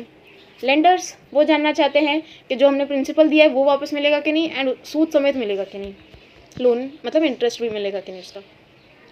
Then suppliers and creditors, they are also interested to know the ability of the enterprise to pay their dues. वही सबको अपने ड्यूज़ की पड़ी, जानना चाहते हैं कि उन्होंने जो भी पैसे बिजनेस में लगाए हैं उन्हें वापस मिलेंगे कि नहीं. Sometimes they also become interested in long term continuation of the enterprise if there existence becomes dependent on the survival of that business. अब जो सप्लायर है, अगर वो रॉ मटेरियल कई सारा बेच रहा है, होलसेल में बेच रहा है एंड मेजर प्रोपोर्शन उसी बिज़नेस को बेच रहा है, तो वो ये जानना चाहेगा कि अरे ये बिज़नेस अच्छे से चल रहा है कि नहीं, मैं इसको इतना रॉ मटेरियल दे रहा हूँ, मेरा तो आधे से ज़्यादा बिज़नेस इसी पे टिका हुआ है, तो अगर ये बिज़नेस ही नहीं चलेगा तो मुझे कोई बैकअप ऑप्शन, कोई और बिज़नेस ढूंढना पड़ेगा. Then customers. Customers are also concerned with the stability and profitability of the business enterprise because their function is more or less dependent on the supply of goods. अरे ये वाला product तो बहुत अच्छा लग रहा है, अरे लेकिन ये बिज़नेस तो बंद होने वाला है, क्या फ़ायदा, मुझे तो इसका प्रोडक्ट चाहिए था. तो कस्टमर्स भी उस पर कम डिपेंडेंट हो जाए, इसके लिए वो उसके फाइनेंशियल स्टेटमेंट्स देखना चाहेंगे. Suppose a company produces some chemicals used by pharmaceutical companies and supplies chemicals on 3 months credit. If all of a sudden it faces some trouble and is unable to supply the chemical, customers will also be in trouble. अब जैसे medical stores होते हैं, वहाँ पे अलग अलग तरह के केमिकल्स भी मिलते हैं, या कोई भी दवाई का एग्जांपल ले लो, तो जहाँ पर एक मेडिकल सिचुएटेड है उसके आसपास के लोगों को कोई दवाई चाहिए, समझो कफ एंड कोल्ड की दवाई चाहिए, एंड जहाँ से ये लोग खरीदते थे वो फार्मास्यूटिकल कंपनी बंद होने की कगार पर है, तो इनको कोई और बिजनेस ढूंढना पड़ेगा जहाँ से इन्हें कफ एंड कोल्ड की दवाई रीजनेबल प्राइस में मिल सके. ऑफ कोर्स ना, मेडिकल को ढूंढना पड़ेगा.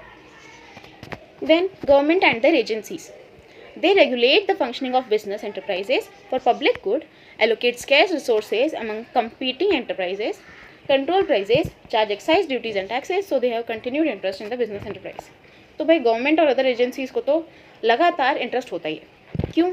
जब बिजनेस कैसा चल रहा है, लोगों के लिए सही काम कर रहा है कि नहीं, अपने रिसोर्सेज को प्रॉपरली एलोकेट कर रहा है कि नहीं। एंड ऐसा तो नहीं कि सारे के सारे रिसोर्सेज बस एक ही बिजनेस के पास में चले गए। कि अगर सारे के सारे रिसोर्सेज, जैसे चारकोल के रिसोर्सेज, अगर सब के सब एक ही बिजनेस यूज़ करने लगा तो उस बिजनेस की वहाँ पे मोनोपोली हो जाएगी।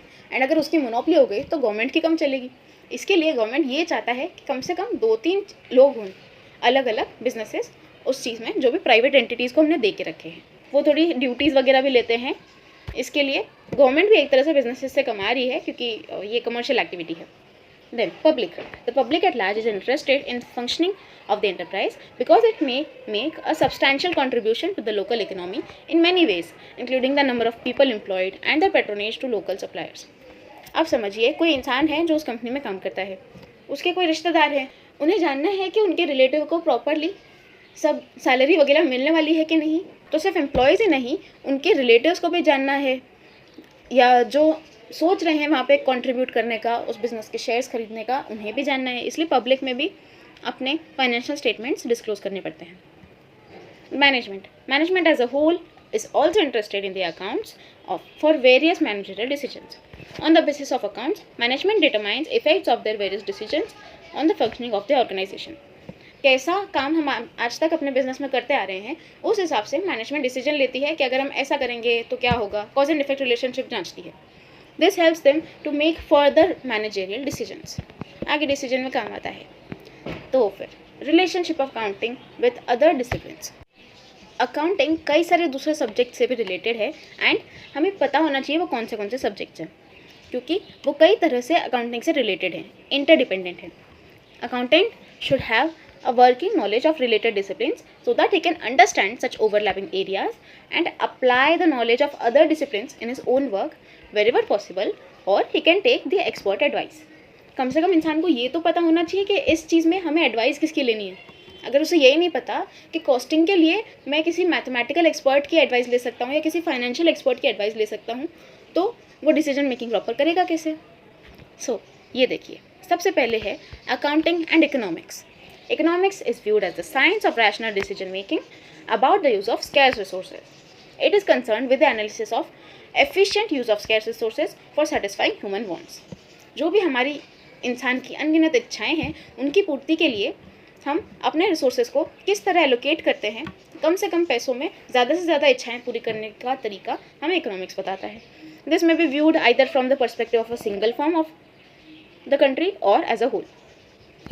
Accounting is viewed as a system which provides data to the users to permit informed judgment and decisions. Proper decision के सोच समझ कर डिसीजन लें. Some non-accounting data are also relevant for decision making. ये ज़रूरी नहीं है कि सिर्फ अकाउंटिंग डेटा को देखते हुए ले. अब देखिए, समझिए हमारा तो बिज़नेस बड़ा अच्छा चल रहा है, हम प्रॉफिट में जा रहे हैं अच्छे से, लेकिन अब गवर्नमेंट ने, हमारी कंपनी थी प्लास्टिक की, एंड गवर्नमेंट ने प्लास्टिक पे बैन लगा दिया, तो हमारे बिज़नेस पे तो अफेक्ट होगा ही ना वो, फिर चाहे हमारा बिज़नेस कितने ही प्रॉफिट में जा रहा हो. तो हमें ये सब इकोनॉमिक चीज़ों पर भी ध्यान देना पड़ेगा, पॉलिटिकल चीज़ों पे. Accounting overlaps economics in many aspects.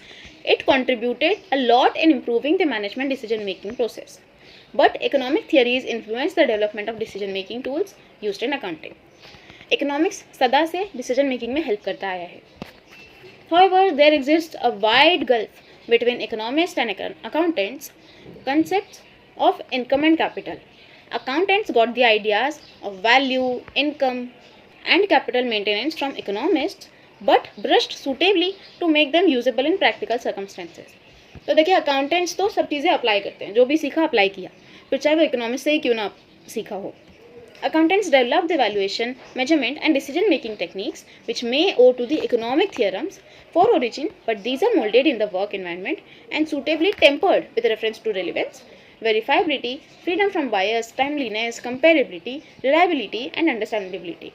तो कई सारी चीज़ें हैं जो इकोनॉमिक थियरम्स के बेसिस पे लाई गई, लेकिन अब उनमें मॉडिफिकेशंस करके, चेंजेस करके अकाउंटिंग में किस तरह प्रैक्टिकली अप्लाई किया जा सके, उस तरह अकाउंटिंग में अप्लाई करते हैं.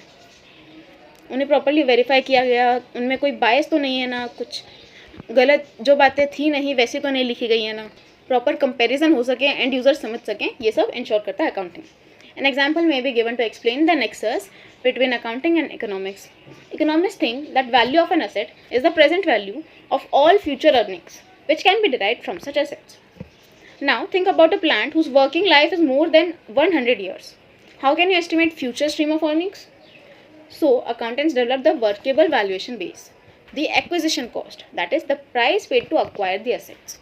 अब इकोनॉमिस्ट कहते हैं कि असेट एक उस चीज़ की प्रेजेंट वैल्यू है जो आगे चल के बढ़ेगी, यानी कि हमको जो फ्यूचर में अर्निंग्स होने वाली है एक तरह से हम उस असेट से जान सकते हैं. लेकिन अकाउंटिंग कहती है अब हमको क्या पता वो असेट कितने साल चलेगा, अगर उसकी लाइफ 100 ईयर्स से भी ज़्यादा हुई तो कब तक कैलकुलेट करेंगे. इसके लिए अकाउंटेंट्स कहते हैं कि जो भी उसकी एक्विजिशन कॉस्ट होगी, यानी तुमने जितना पे किया उस असेट को एक्वायर करने के लिए, उसको हम बेस मान के चलेंगे. At the macro level, accounting provides the database over which the economic decision models have been developed. Micro level data arranged by the accounting system is summed up to get macro level database.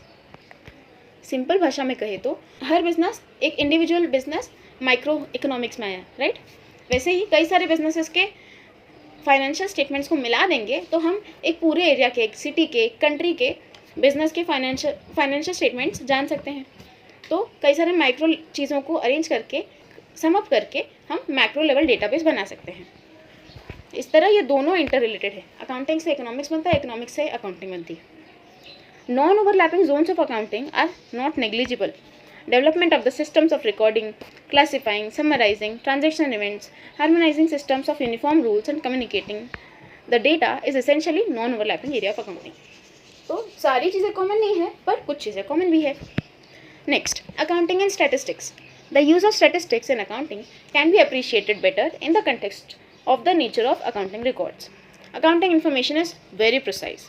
It is exact to the last पैसा. आखिरी पैसे तक हर चीज़ का कच्चा चिट्टा रखते हैं. But for decision making purposes, such precision is not necessary and hence statistical approximations are sought. हम अकाउंटिंग में एक एक रुपए का हिसाब रखते हैं, लेकिन इतना ज़्यादा हिसाब रखने की ज़रूरत नहीं होती. इसके लिए हम स्टैटिस्टिक्स का यूज़ करते हैं अप्रॉक्सीमेशन करने के लिए, यानी थोड़ा राउंड फिगर ले लो यहाँ पे, वैसे सब. In accounts all values are important individually because they relate to business transactions. As against this, statistics is concern with the typical value, behaviour और trend over a period of time or the degree of variation over a series of observations. Therefore, wherever a need arises for only broad generalizations or the average of relationships, statistical methods have to be applied in accounting data. जब भी average की बात आए या in general की बात आए, तब स्टैटिस्टिकल मेथड्स अकाउंटिंग में भी यूज़ करने पड़ते हैं. Further, in accountancy, the classification of assets and liabilities, as well as the heads of income and expenditure, has been done as per the needs of financial recording to ascertain financial results of various operations. अलग अलग operations के financial results के लिए हम financial recording करते हैं. Other types of classification like geographical and historical ones and ad hoc classification are done depending on the purpose to make such classification meaningful. तो हम अलग अलग तरह से क्लासिफिकेशन करते हैं जो भी जिस वक्त मीनिंगफुल हो. Accounting records generally take a short term view of events and are confined to a year, while statistical analysis is more useful for a longer view is taken for the purpose. जैसे आपने कभी maths या stats में आपने पढ़ा होगा, statistics में कभी भी 10-20 साल का डेटा ले लिया या 100 साल तक का भी डेटा ले लेते हैं. लेकिन अकाउंटिंग तो 1 साल की ही होती है एंड ज़्यादा दूर तक नहीं देखते. 5 साल देख लो ज़्यादा से ज़्यादा, इससे ज़्यादा हम अकाउंटिंग में ध्यान नहीं देते. 5 साल भी ज़्यादा ही हो गया. बट हमें प्रॉपर एनालिसिस करने के लिए स्टैटिस्टिकल मेथड्स यानी 10 साल 20 साल उस तरह एनालिसिस करना पड़ता है. For example, to fit the trend line a longer period will be required. Trend line के लिए तो ज़्यादा ही अलग अलग, ताकि ट्रेंड्स पता चल सके ऊपर नीचे कितना हो रहा है. However, statistical methods do use past accounting records maintain on a consistent basis. दोनों इंटरडिपेंडेंट है. अगर तुमने अकाउंटिंग ही नहीं की तो पहले के रिकॉर्ड्स कैसे मिलेंगे? वही तुम बस नए रिकॉर्ड्स बनाते जा रहे हो, पहले वालों को भूलते जा रहे हो, तो भी कैसे चलेगा?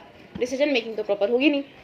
The functional relations showing mathematical relations of one variable with one or more other variables are based on statistical work. These relations are used widely in making cost or price estimates for some estimated future values assigned to the given independent variables. For example, given the functional relation of total cost to the price of an input, effect of changes in future prices on the cost of production can be calculated. कितनी cost per कितनी price रखते हैं, उस तरह किस तरह future prices में changes होते हैं, हमारी कॉस्ट ऊपर नीचे होने से प्राइसेस में किस तरह चेंजेस होते हैं, ये सब हम कैलकुलेट कर सकते हैं.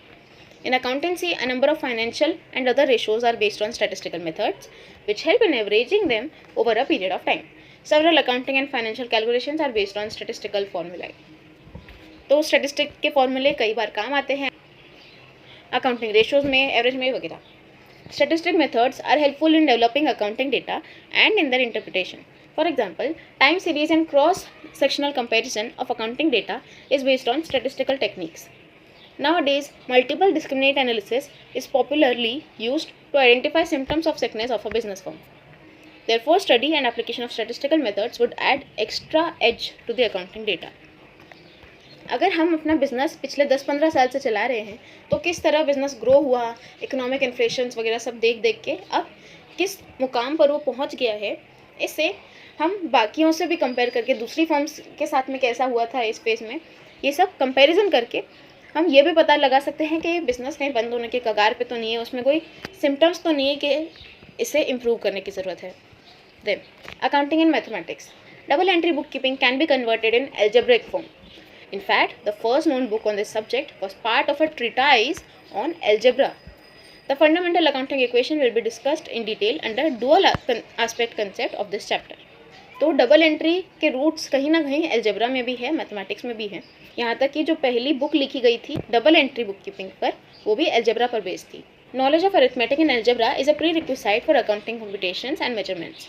Calculations of interest and annuity are the examples of such fundamental uses. While computing depreciation, finding out installments in hire purchase and installments payment transactions, calculating amount to be set aside for repayment of loan and replacement of assets, and calculating lease rentals, mathematical techniques are frequently used. कितनी saving करनी है, कहाँ invest करना है, किस तरह invest करना है, ये सब के लिए हमें मैथ ज़रूरी है.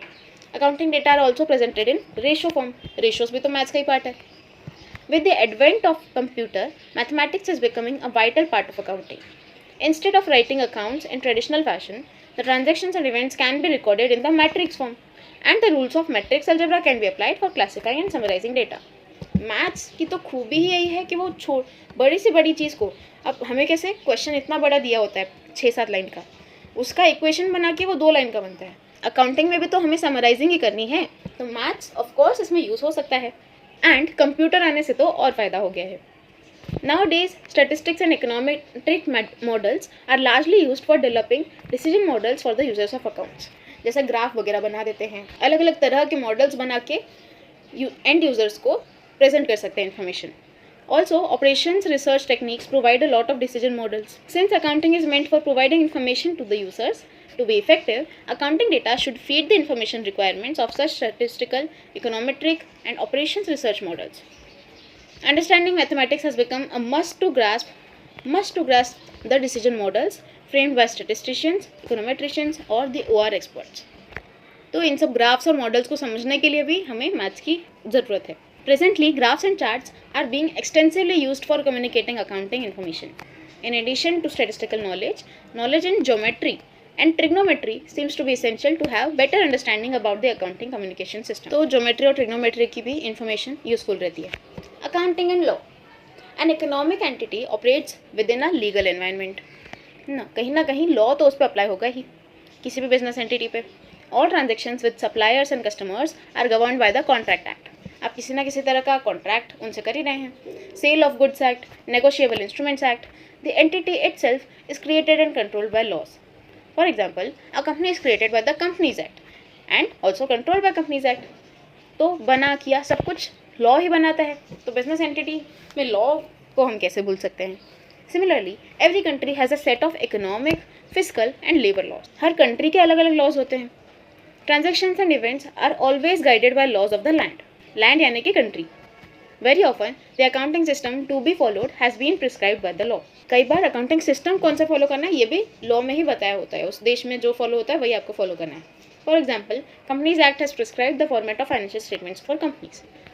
जो हम पढ़ते हैं इंडिया में मोस्टली वही वाला काम आता है कंपनीज एक्ट का. Banking, insurance, and electric supply undertakings may also have to produce financial statements as prescribed by the respective legislations controlling such entities. तो हर तरह के लॉ को फॉलो करना ही रहता है. However, legal prescription about the accounting system is the product of developments in accounting knowledge. That is to say, legislation about accounting system cannot be enacted unless there is a corresponding development in the accounting discipline. जब भी accounting में आपको कुछ बदलाव करना है तो आपको लीगली वो रजिस्टर करवाना पड़ता है. In that way accounting influences law and also influenced by law. Accounting का जो सिस्टम है वो भी एक तरह से लॉ है, एंड लॉ में जो बदलाव होते हैं अकाउंटिंग को, बिजनेस को, वो फॉलो भी करने पड़ते हैं. तो दोनों एक दूसरे से इन्फ्लुएंस्ड है. Accounting and management. Management is a broad occupational field which comprises many functions and encompasses application of many disciplines, including those mentioned above. तो जो भी हमने स्टैटिस्टिक्स, इकोनॉमिक्स, मैथ्स, लॉ की बात की वो सब मैनेजमेंट पे भी अप्लाइड है, एंड उसी तरह मैनेजमेंट एंड अकाउंटिंग भी इंटर रिलेटेड है. Accountants are well placed in the management and play a key role in the management team. A large proportion of accounting information is prepared for management decision making. Although management relies on other data sources, accounting data are used as basic source documents. Basic तो हमने financial accounting से ही की है. In the management team, an accountant is in a better position to understand and use such data. अगर कोई accountant हो तो management भी better कर सकता है. In other words, since an accountant plays an active role in management, he understands the data requirements. जिसने पहले भी accounting की हुई है उसे पता है कि actual में data चाहिए कौन सा होता है. So the accounting system can be molded to serve the management purpose. इसके लिए हम accounting system को management के लिए कर सकते हैं. That is management accounting. कैसे आई क्यों आई वो ये इन्होंने बताया. अब limitations of accounting. There are certain misconceptions regarding financial statements. A common man presumes that an income statement shows correct income or loss of the enterprise, and that a balance sheet depicts perfectly true and fair picture of financial standing of that enterprise. आम जनता को लगता है कि जो भी लिखा है सब सही लिखा है, विदाउट एनी बायस लिखा है, लेकिन ये हमेशा ज़रूरी नहीं है. उसे पता होना चाहिए सब आम लोगों को कि अकाउंटिंग बिजनेस की भाषा है, एंड सबके जैसे प्रोज एंड कॉन्स होते हैं वैसे अकाउंटिंग के भी प्रोज एंड कॉन्स हैं. The figures of profit or loss generated by accounting process are subject to various constraints within which accounting works.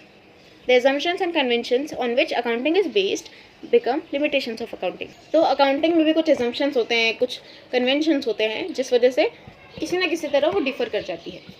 Financial statements are never free from subjectivity. हर इंसान की जो अलग सोच होती है उससे तो free हो नहीं सकती, इंसान ही तो बना रहा है accounts. Factor as these are largely outcome of personal judgment of the accountant with regard to the adoption of accounting policies. कई लोग अलग अलग policies adopt करते रहते हैं. जैसे example के तौर पर देखें तो the factors which may be relevant in assessing the worth of enterprise don't find place in the accounts as they cannot be measured in terms of money. यहाँ बात आती है नॉन मॉनेटरी एस्पेक्ट्स की. अब जैसे कोई बिजनेस बहुत अच्छा चल रहा था, लेकिन उस बिजनेस के ओनर को रिसेंटली किसी इलीगल एक्टिविटी की वजह से अरेस्ट किया गया है, तो पूरी दुनिया में, सोसाइटी में ये बात फैलेगी, तो वो लोग उस कंपनी के प्रोडक्ट्स बाय करना बायकॉट भी कर सकते हैं, बंद कर सकते हैं. इससे उस बिजनेस पे अफेक्ट पड़ेगा. तो मॉनेटरी टर्म्स में देखें तो कुछ इफेक्ट नहीं पड़ा था, लेकिन वो अरेस्ट हुआ तो सोसाइटी में उसकी इमेज खराब हो गई. इसकी वजह से उसके बिजनेस घाटे में जाने लग जाएगा. The balance sheet cannot reflect the value of certain factors like loyalty and skill of the personnel, which may be the most valuable asset of an enterprise these days. अगर कोई लॉयल और skilful employ हमारी company में काम करता है तो वो तो पता नहीं चल पाएगा ना हमें अकाउंटिंग से. Then balance sheet shows the position of the business on the day of its preparation and not on the future date. While the users of the accounts are interested in knowing the position of the business in the near future and also in the long run and not for the past date. अब हमें prediction लगाने होते हैं आगे की तारीख के लिए, लेकिन हम तो वही जान सकते हैं जो हो चुका है. इसके लिए एक तरह से बैलेंस शीट भी हमें प्रॉपर इन्फॉर्मेशन प्रोवाइड नहीं कर पाती. Accounting ignores changes in some money factors like inflation.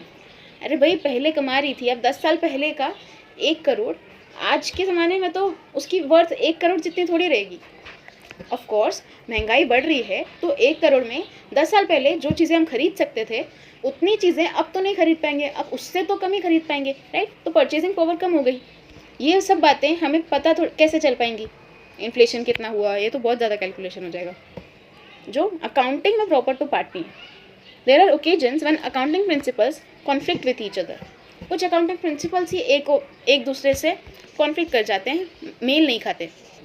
ये आप खुद करेंगे तो जान जाएंगे। Certain accounting estimates depend on the sheer personal judgement of the accounting. Example, provision for doubtful debts. अब ये तो हमें लगता है कि भाई वो इंसान हमें देगा कि नहीं पैसा, मुझे नहीं लगता ये इंसान देगा, तो आपने बस उसको RDD उसके लिए रख दिया। तो ये तो उस इंसान पे डिपेंड करता है उसने कितने लोगों को, अगर उसके 1000 डेटर्स थे उसमें से उसने कोई इंसान उसमें से 500 डेटर्स को रख देगा, कोई 1000 के 1000 को समझेगा कि कोई मेरे को पैसा ही नहीं देने वाला है, वो इंसान पे डिपेंड करता है। मेथड ऑफ डेप्रिसिएशन अडॉप्टेड, कौन सा मेथड है? फिक्स्ड कैपिटल मेथड के एडजस्टिंग वाला। Then recording certain expenditure as revenue expenditure और कैपिटल एक्सपेंडिचर, ये भी इंसान पे डिपेंड करता है कि उसको ये शॉर्ट टर्म वाला एक्सपेंडिचर लग रहा है कि लॉन्ग टर्म का। Selection of method of valuation of inventories and the list is quite long. तो कई सारी चीज़ें जो इंसान पे डिपेंड करता है उसने कौन सा मेथड अडॉप्ट किया, कौन सा ऑप्शन चूज़ किया। Financial statements consider those assets which can be expressed in monetary terms. Human resources, although the very important asset of the enterprise, are not shown in the balance sheet. जो आपके पास में इतने अच्छे लोग काम करते हैं उनको तो आपने गिना ही नहीं क्योंकि वो मॉनेटरी टर्म्स में नहीं था। There is no generally accepted formula for the valuation of human resources in monetary terms. तो इन ह्यूमन रिसोर्सेज को मेजर करने का तो कोई डेफिनाइट सिस्टम है नहीं। Different accounting policies for the treatment of same item adds to the probability of manipulations. अलग अलग तरह की अकाउंटिंग पॉलिसीज़ होती हैं, जैसे कोई ट्रांजैक्शन टेक प्लेस हुआ वैसे ही उसको रिकॉर्ड कर लेता है, कोई बाद में रिकॉर्ड करता है, इन सब से भी फ़र्क पड़ता है। Though through various laws and accounting standards efforts are made to reduce these options to minimum but certainly could not be reduce to one. ना कोई तो फिर भी हम पूरी तरह इन्हें मिटा नहीं सकते।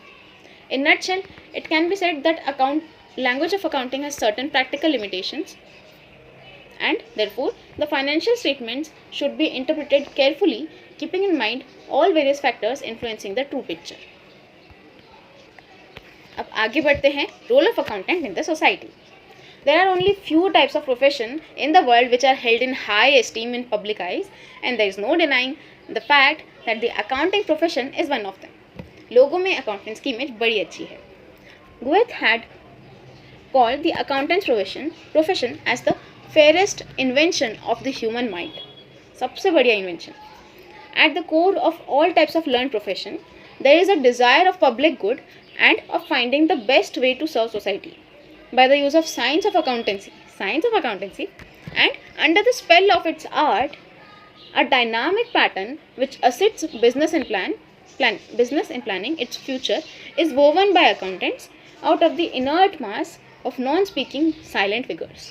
तो इन्होंने एक तरह से बड़ी क्रिएटिवली अकाउंटिंग को डिस्क्राइब किया है कि जो नंबर्स जो खुद से कुछ नहीं बोलते, हम उनको एनालाइज करके अपना फ्यूचर प्रेडिक्ट करते हैं। अकाउंटेंसी के एक साइंस है जो करने की एक कला होती है। This is what makes the profession an instrument of socio economic change and welfare of the society. An accountant with his education, training and analytical mind and experience is best qualified to provide multiple need based services to the ever growing society है तो उसकी भी wants बढ़ती जाएंगी। इसमें accountant बहुत important major role play करते हैं।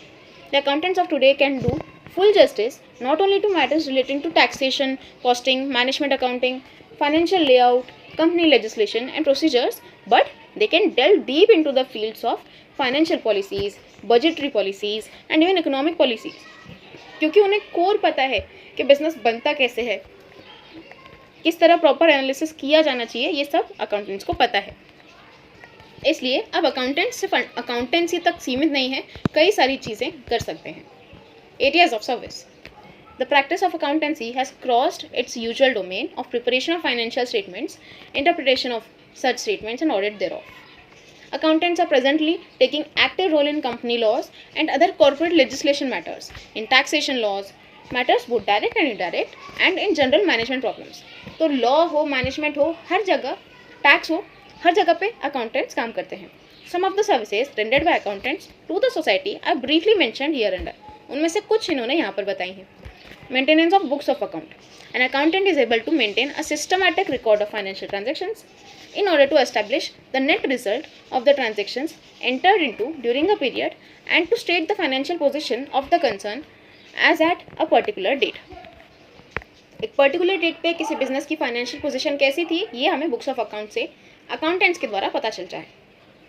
For the fulfilment of the twin objective of ascertaining the profit earned और loss suffered and the financial position, it is necessary that all transactions be recorded in a systematic manner, which can be done only by an accountant.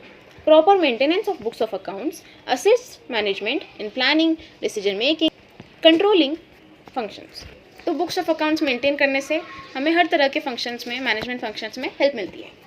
Then statutory audit. Every limited company is required to appoint a chartered accountant or a firm of chartered accountants as their auditor, who are statutorily required to report each year whether, in their opinion, the balance sheet shows a true and fair view of the state of affairs on balance sheet date, and the profit and loss account shows a true and fair view of the profit or loss of the year. ये है proper काम जो आप CA का सुनते हैं कि CA को साइन के पैसे मिलते हैं. वो साइन के नहीं, वो उस अथॉरिटी के पैसे मिलते हैं कि अगर इस फाइनेंशियल स्टेटमेंट में फिर बाद में जाकर पता चलता है कि इसमें कोई गलती थी या रिपोर्ट्स का मैनिपुलेशन किया गया था, तो हम जाके उस चार्टेड अकाउंटेंट पे केस फाइल करेंगे. ये गवर्नमेंट कहती है. Auditing is not confined to the accounts of companies. Other organisation में also have their accounts audited either because the law so requires. For example, cooperative societies act, the income tax act, कोई भी audit करवा सकता है, लेकिन बड़ी बड़ी companies के लिए, लिमिटेड कंपनीज के लिए कंपलसरी होता है.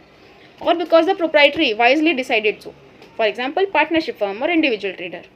डिपेंड करता है, बाकी भी लोग करवा सकते हैं अगर चाहे तो audit. Then internal audit. It is a management tool whereby an internal auditor thoroughly examines accounting transactions and also the system, according to which these have been recorded with a view to ensure the management that the accounts are being properly maintained and the system contains adequate safeguards to check any leakage of revenue or misappropriation of property or assets of the operations have been carried out in conformity with the plans of management. तो जो statutory audit होती है वो तो externally आपको CA या CA की firm appoint करते हैं. इंटरनल ऑडिट यानी आपको इंटरनल भी पता हुए कि हाँ सब अपने books of accounts properly manage हो रहे हैं without any bias, without any manipulation. Nowadays, internal auditing has developed as a service to management. The internal auditor constructively contributes in improving the operational efficiency of the business through an independent review and appraisal of all business operations. तो जो internal auditor है वो management को भी help करता है कि अच्छा तो आपके बिजनेस ऐसा चल रहा था तो आप इस तरह से इम्प्रूव कर सकते हैं. ये इंटरनल ऑडिटर भी हेल्प करता है आजकल. Taxation. An accountant can handle taxation matters of a business or a person, and he can represent the business or person before the tax authorities and settle the tax liability. सब लोग CA को ढूंढते हैं ना अपना tax बचाने के लिए, वो बात है. Under the statute prevailing, he can also assist in avoiding or reducing tax burden by proper planning of tax affairs. अगर आप पे ज़्यादा टैक्स लाइबिलिटी आ गई है और आपने टैक्स पे नहीं किया है तो उस समय भी आपको सीए बचा सकता है, एंड बाकी भी टैक्स रिड्यूस करने में भी हेल्प करता है, कहाँ का इन्वेस्ट करें क्या ना करें. Accountants also have a social obligation to express their views on a broad tax policy, on the effect of tax rate on business and the economy in general, and on all other aspects of taxation in which they have knowledge superior to that of the general public. Accountants को specially देखें तो अगर हम chartered accountants की बात करें तो उन्हें इन्फॉर्मेशन ही इतने सारे एस्पेक्ट्स में मिल जाती है कि फिर वो अपने व्यूज़ भी एक्सप्रेस कर सकते हैं अलग अलग तरह की पॉलिसीज़ पे, टैक्स पॉलिसी हो, इकोनॉमिक पॉलिसीज़ हो, इन सब में जहाँ पे उन्हें ज़्यादा नॉलेज है जनरल पब्लिक से. Then management accounting and consultancy services. Management accountant performs advice करता है कि मैनेजमेंट को ऐसा डिसीजन लेना चाहिए. He is largely responsible for internal reporting to the management, for planning and controlling current operations, decision making on special matters, and for formulating long range plans. His job is to collect, analyze, interpret, and present all accounting information which is useful to the management. Accountant provides management consultancy services in the areas of management information system (MIS), expenditure control, evolution of appraisal techniques for new investments, divestments, working capital management, corporate planning etcetera. तो management accountant से भी बहुत कुछ expect किया जाता है. उससे advice भी देनी चाहिए, इंटरनल सारी रिपोर्ट्स भी बना के रखनी चाहिए, उससे कम्युनिकेट भी करना आना चाहिए, डिसीजन मेकिंग आनी चाहिए, डेटा को कलेक्ट करके, एनालाइज करके, इंटरप्रेट करके सब कुछ प्रेजेंट करना आना चाहिए. मतलब पास्ट को भी देखना आना चाहिए एंड फ्यूचर को प्रिडिक्ट करना भी आना चाहिए, फोरकास्ट करना भी आना चाहिए. एंड मैनेजमेंट कंसल्टेंसी के अलग अलग टूल्स भी आने चाहिए. Fine. Then financial advice. Many people need help and guidance in planning their personal financial affairs.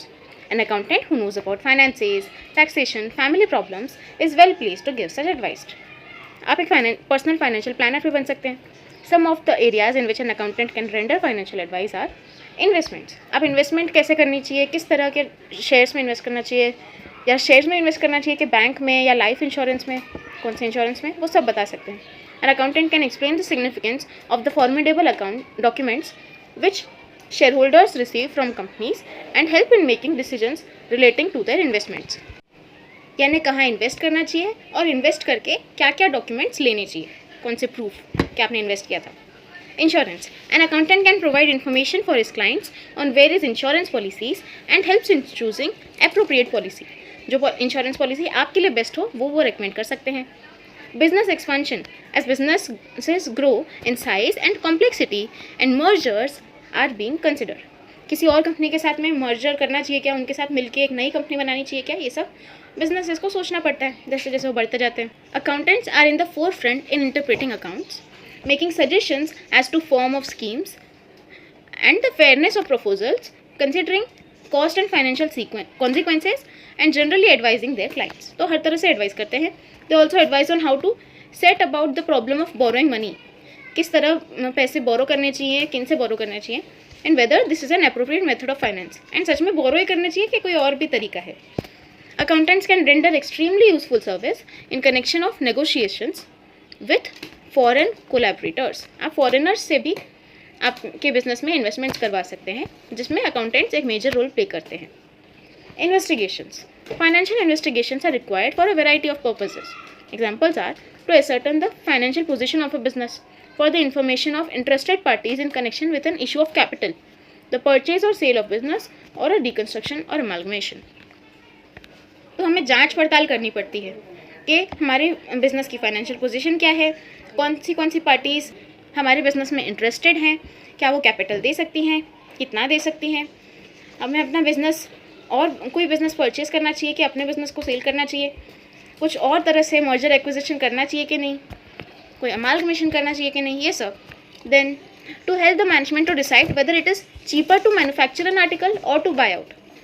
खरीदना चाहिए रॉ मटेरियल के थोड़ा सा फिनिश्ड प्रोडक्ट खरीद कर ट्रेड करना चाहिए. To ascertain why profits have fallen. Profit क्यों गिर गया वो बताओ. To achieve greater efficiency in management better कब होगा, जब अकाउंटेंट आएगा. तो अकाउंटेंट क्योंकि सब बिजनेस एस्पेक्ट्स को बेटर तरीके से जानता है, वो और अच्छी मैनेजमेंट कर सकता है.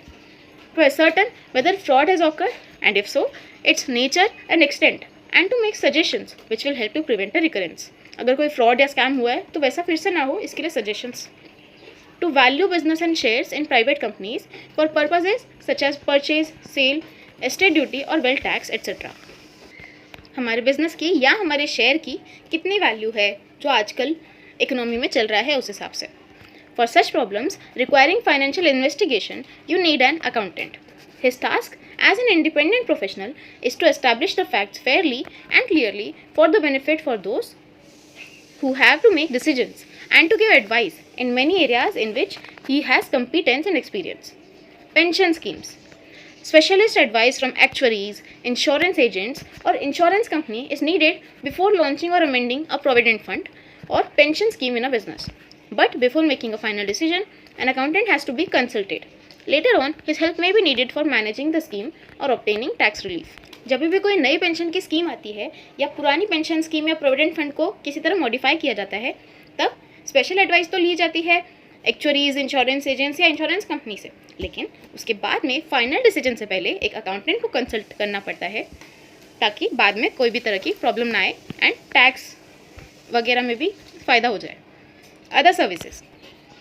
Secretarial work. Companies, clubs and associations, indeed virtually all organizations involve secretarial work, and accountants frequently do this work. Share registration work. Accountants are often used by many companies to undertake the work involved in registering share transfers and new issues. कोई भी share से related काम होगा तो वो भी accountants को उसमें बहुत अच्छी प्रोफिशिएंसी होती है. Company formation. In conjunction with legal advisors, accountants help in the formation of a company or advise against doing so.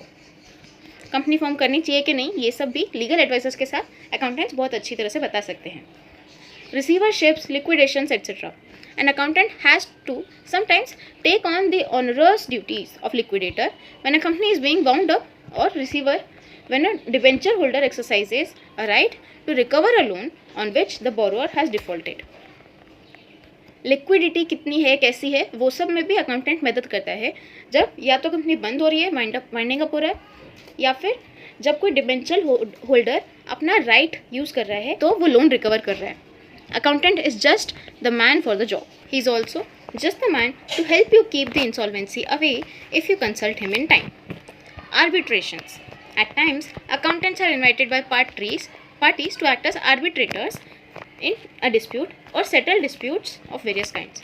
Arbitrator यानी जो dispute settle करवाए, एक mediator की तरह. As regards the cost accounts, a cost accountant's job is to continuously report cost data and related information at frequent intervals to the management. तो cost के related जो भी data है वो cost accountant का काम होता है, जो regular intervals पे management को report करना रहता है. Then accounting and information services. An accountant will be effective in his role if he supplies the information promptly and in an unambiguous language, यानी जिसे मिस इंटरप्रेट ना किया जा सके, जो कंफर्म रहे कि हाँ अगर कोई सेंटेंस बोला है तो उसका यही मतलब है. He should develop a system by which there is a regular flow of information both horizontally and vertically. मतलब सब पोस्ट के लोगों को प्रॉपर इन्फॉर्मेशन पता चलती रहनी चाहिए. The information system should be such that comparability of financial statement is possible both business wise and year wise, so that it benefits both the management and the investors. Dependence on data from the computerized information system will put new responsibilities on an accountant, but his product will command greater attention and respect. पूरा system computerise करने से एक बार accountant का काम तो बढ़ता है, लेकिन बाद में ये बहुत ईजी हो जाता है आगे कभी भी इंफॉर्मेशन रिट्राइव करना. Then, chartered accountant in industry.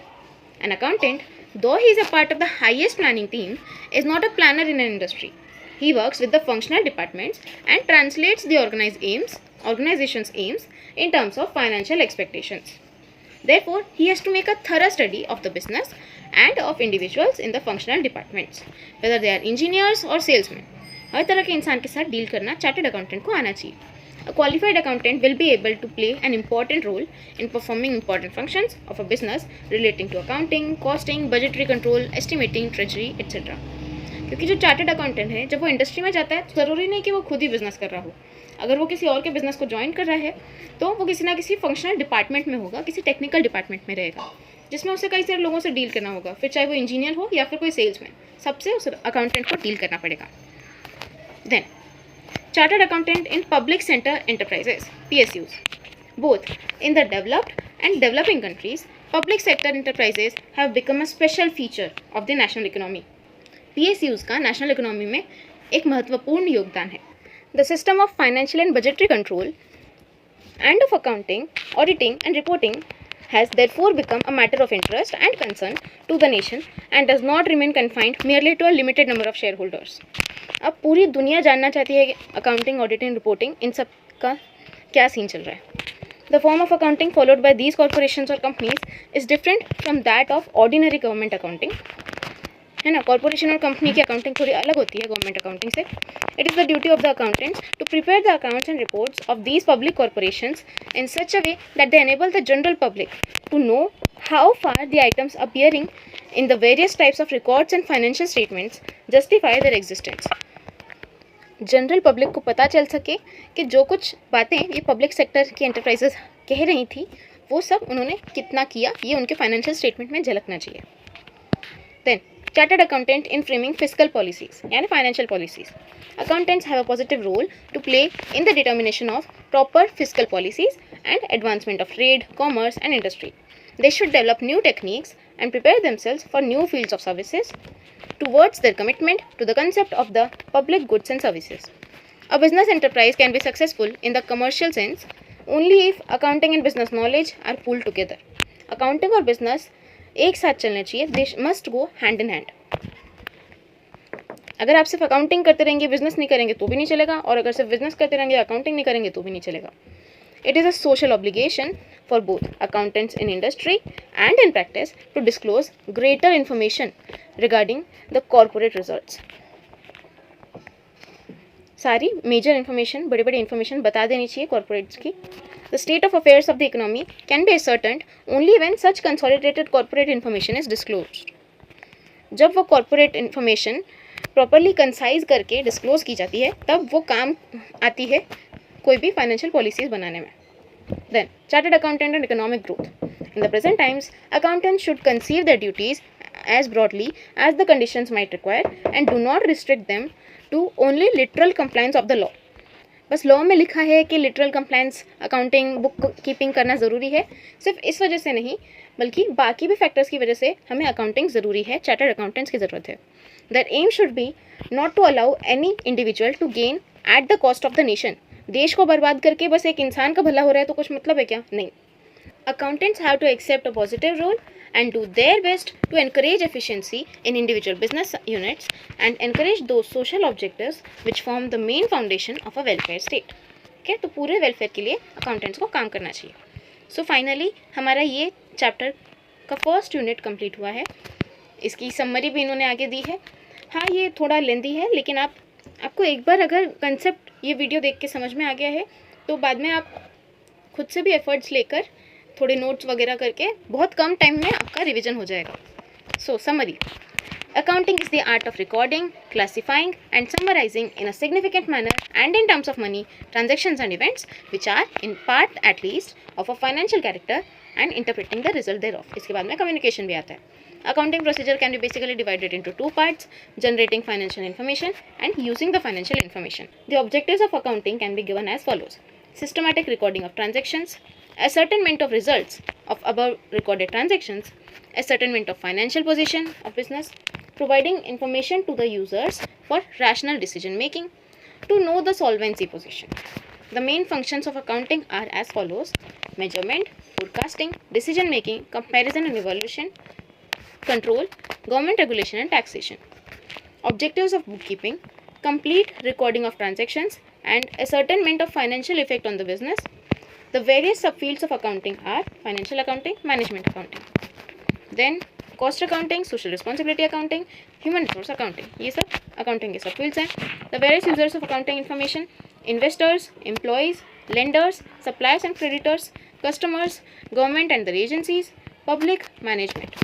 Then accounting is closely related with several other disciplines and thus to acquire a good knowledge in accounting one should be conversant with the relevant portions of such disciplines. Yes, अलग अलग जो भी disciplines and subjects इससे related हैं उनके बारे में भी हमें पता होना चाहिए. An accountant with his education, training, analytical mind and experience is best qualified to provide multiple need-based services to the ever-growing society. The accountants of today can do full justice not only to the matters relating to taxation, costing, management accounting, financial layout, company legislation and procedures, but they can delve deep into the fields relating to financial policies, budgetary policies and even economic principles. Now, test your knowledge. True or false? There is no difference between bookkeeping and accounting. Both are same. Of course, that's false. हमने तो distinction भी देखा है. Management accounting covers the preparation and interpretation of financial statements and communication to the users of accounts. तो ये भी false, क्योंकि management accounting वो वाली अकाउंटिंग होती है जो प्रॉपरली सिर्फ मैनेजमेंट के डिसीजन मेकिंग को एनहांस कर सके. ये जो इन्होंने preparation interpretation of financial statements का, ये सब फाइनेंशियल अकाउंटिंग में आता है. Then financial accounting is concern with internal reporting to the managers of a business unit. Again falls, क्योंकि management account is concern with internal reporting to the managers of a business unit. तो इन दोनों में अगर ऊपर financial accounting होता और नीचे मैनेजमेंट अकाउंटिंग होता तो दोनों ट्रू होते. Then, customers of business should not be considered as users of accounts prepared by business. They are not interested to know performance of the business. Again false. Customers को तो हमने अभी भी revise भी किया था एंड पहले भी पढ़ा था. कस्टमर्स जानना चाहते हैं स्टेबिलिटी और profitability of the enterprise, because उस एंटरप्राइज से और गुड्स आएंगे कि नहीं, सप्लाई जानने के लिए. Then summarising is the basic function of accounting. All business transactions of a financial characters evidenced by some documents such as sales bill, passbooks, salary slip etc. recorded in the books of account. बाकी सब तो सही है, लेकिन सबसे पहले summarising नहीं, recording ज़रूरी है. तो बेसिक फंक्शन समराइजिंग में ही रिकॉर्डिंग है. As summarizing is concerned with preparation and presentation of classified data in a manner useful to the internal as well as external users of financial statements. Summarizing तो internal और external users को data present करने के लिए की जाती है. Then balance sheet shows the position of the business on the day of its preparation and not on the future date. Yeah, that's true. ये तो sentence लिखा हुआ भी था. जो बीत चुका है उसी के बारे में हम उसी दिन का स्टेटमेंट दे सकते हैं, हम बाद का फ्यूचर का नहीं बता सकते. Objectives of book keeping are complete recording of transactions and ascertainment of financial effect on the business. हाँ, ये भी सही है, ट्रू है. Then MCQs. Which of the following is not a sub field of accounting? Management accounting, cost accounting और book keeping. तो इसका answer आना चाहिए बुक कीपिंग, क्योंकि बुक कीपिंग अकाउंटिंग का एक पार्ट है, लेकिन वो उसका एक सब फील्ड नहीं है. अब कोई टाइप नहीं है अकाउंटिंग का. Purposes of an accounting system include all the following except interpret and record the effects of business transaction, classify the effects of transactions to facilitate the preparation of reports, dictate the specific types of business enterprise transactions that the enterprises may engage in. तो देखिए, interpret तो वो करता है, record भी करता है business transactions को, उन्हें क्लासीफाई भी करता है, फैसिलिटेट भी करता है प्रिपरेशन ऑफ रिपोर्ट्स को, लेकिन dictate specific types of business enterprise transactions that enterprises में एंगेज इन. वो एंटरप्राइज को ये थोड़ी बताता है कि आप किस किस प्रकार के ट्रांजेक्शन्स कर सकते हैं. तो थर्ड वाला option C I guess correct है. या यही. Then book keeping is mainly concerned with recording of financial data, designing the systems and recording, classifying, summarizing the recorded data, or interpreting the data for internal and external users. हाँ, तो book keeping is mainly concern with recording of financial data, यही उसका main function है, बाकी दोनों तो इसमें आते नहीं हैं. All of the following are functions of accounting except decision making, ledger posting, forecasting. तो इनमें से आना चाहिए ऑप्शन बी, लेजर पोस्टिंग, क्योंकि वो बुक कीपिंग का पार्ट है. Then financial statements are part of accounting, bookkeeping और management accounting. तो obviously accounting, financial statements तो accounting में ही आते हैं. Financial position of the business is ascertained on the basis of records prepared under bookkeeping process, trial balance या balance sheet. जब भी financial position की बात आए तब आंसर आएगा balance sheet. Then users of accounting information include creditors or suppliers, lenders or customers, both A and B. Yeah, both A and B, creditor, supplier, lender, customer, सबको accounting information required रहती है. Then financial statements do not consider assets expressed in monetary terms, liabilities expressed in monetary terms, और assets and liabilities expressed in non-monetary terms. Monetary terms को ही consider करता है, non-monetary को तो consider करता नहीं है. तो ऑप्शन आना चाहिए C, 8th one का. On January 1, Sohan paid rent of rupees 5,000. This can be classified as an event, a transaction as well as an event. नहीं, ये इसका आंसर आएगा ट्रांजेक्शन, क्योंकि ये एक सिंपल ट्रांजेक्शन ही हुआ ना, बस उसने रेंट पे किया, ये किसी तरह का रिजल्ट नहीं है. Then on March 31, 2022, after sale of goods worth 2,000, he is left with the closing inventory of rupees 10,000. This is an event, a transaction as well as event. तो इसका आंसर आना चाहिए एक इवेंट, क्योंकि यहाँ पे रिजल्ट दिया है ना, क्लोजिंग इन्वेंट्री, जो भी स्टॉक इन हैंड रहता है वो इवेंट रहता है. Which of the following is not a business transaction? Bought a machine of rupees 10,000 for business, paid toward salaries of employees, paid son's fees from her personal bank account rupees 8,000. Of course ये third वाला तो personal सन की बात आ गई, तो ये business transaction नहीं है. Then, which qualitative characteristics of accounting information is reflected when accounting information is clearly presented? Understandability, relevance या कंपेरेबिलिटी? तो सबसे अप्रोप्रिएट तो अंडरस्टैंडेबिलिटी है. कोई भी इन्फॉर्मेशन अगर क्लियरली प्रेजेंट की गई है तो किस लिए? ताकि वो अंडरस्टैंड की जा सके, समझी जा सके. Then theoretical questions. Define accounting, what are the sub fields of accounting? तो इनके आंसर्स हम यहाँ से पढ़ लेते हैं. तो first one, what is accounting and it's सब fields? Accounting is the art of recording, classifying, summarizing in a significant manner and in terms of money, transactions and events which are, in part at least, of a financial character and interpreting the result thereof. Various subfields of accounting are listed as financial accounting, management accounting, cost accounting, social responsibility accounting and human resource accounting. Same जो हमने पढ़ा था, पहले definition लिख दिया, फिर सब types बता दिया. देन सेकेंड क्वेश्चन क्या है, who are the users of accounting information. तो यूजर्स बता दो भाई. Users of accounts can be listed as investors, employees, lenders, suppliers and creditors, customers, governments and the agencies, public and management. जो भी हमने पढ़े थे वो सारे लिख देना है यहाँ पे. Then discuss briefly the relationship of accounting with economics, statistics and law. तो इन सब्जेक्ट्स के साथ अकाउंटिंग का रिलेशन बताना है. ओके, तो ये इन्होंने बोला कि वो पैराग्राफ ही रेफर कर लीजिए, उसमें से कुछ लाइन्स आप लिख सकते हैं. हाँ, तो उनमें से थोड़ी थोड़ी बातें लिख देंगे. इकोनॉमिक्स वाले में आप बता सकते हैं कि किस तरह इकोनॉमिक थियरीज डिसीजन मेकिंग में हेल्प करती हैं. आप थोड़ा ऊपर के पार्ट्स में से लिख सकते हैं कि efficient use of scarce resources करना सिखाता है economics, and economic decision models accounting पे बेस्ड रहते हैं. ये सब आप लिख सकते हैं इकोनॉमिक्स वाले में. उसके बाद स्टैटिस्टिक्स पूछा है ना. तो स्टैटिस्टिक्स में आप लिख सकते हैं कि स्टैटिस्टिकल अप्रॉक्सीमेशंस अकाउंटिंग में ज़रूरी रहते हैं कई जगह, एंड कभी भी जब भी एवरेज की या जनरलाइजेशंस की बात आए तो स्टैटिस्टिकल मेथड्स यूज़ करने पड़ते हैं. देन अकाउंटिंग तो शॉर्ट टर्म व्यू लेता है इवेंट्स का, वहीं स्टैटिस्टिक्स लॉन्ग टर्म व्यू लेता है. And even accounting financial ratios पे डिपेंड करता है जो कि स्टैटिस्टिकल फॉर्मूले पे बेस्ड रहते हैं.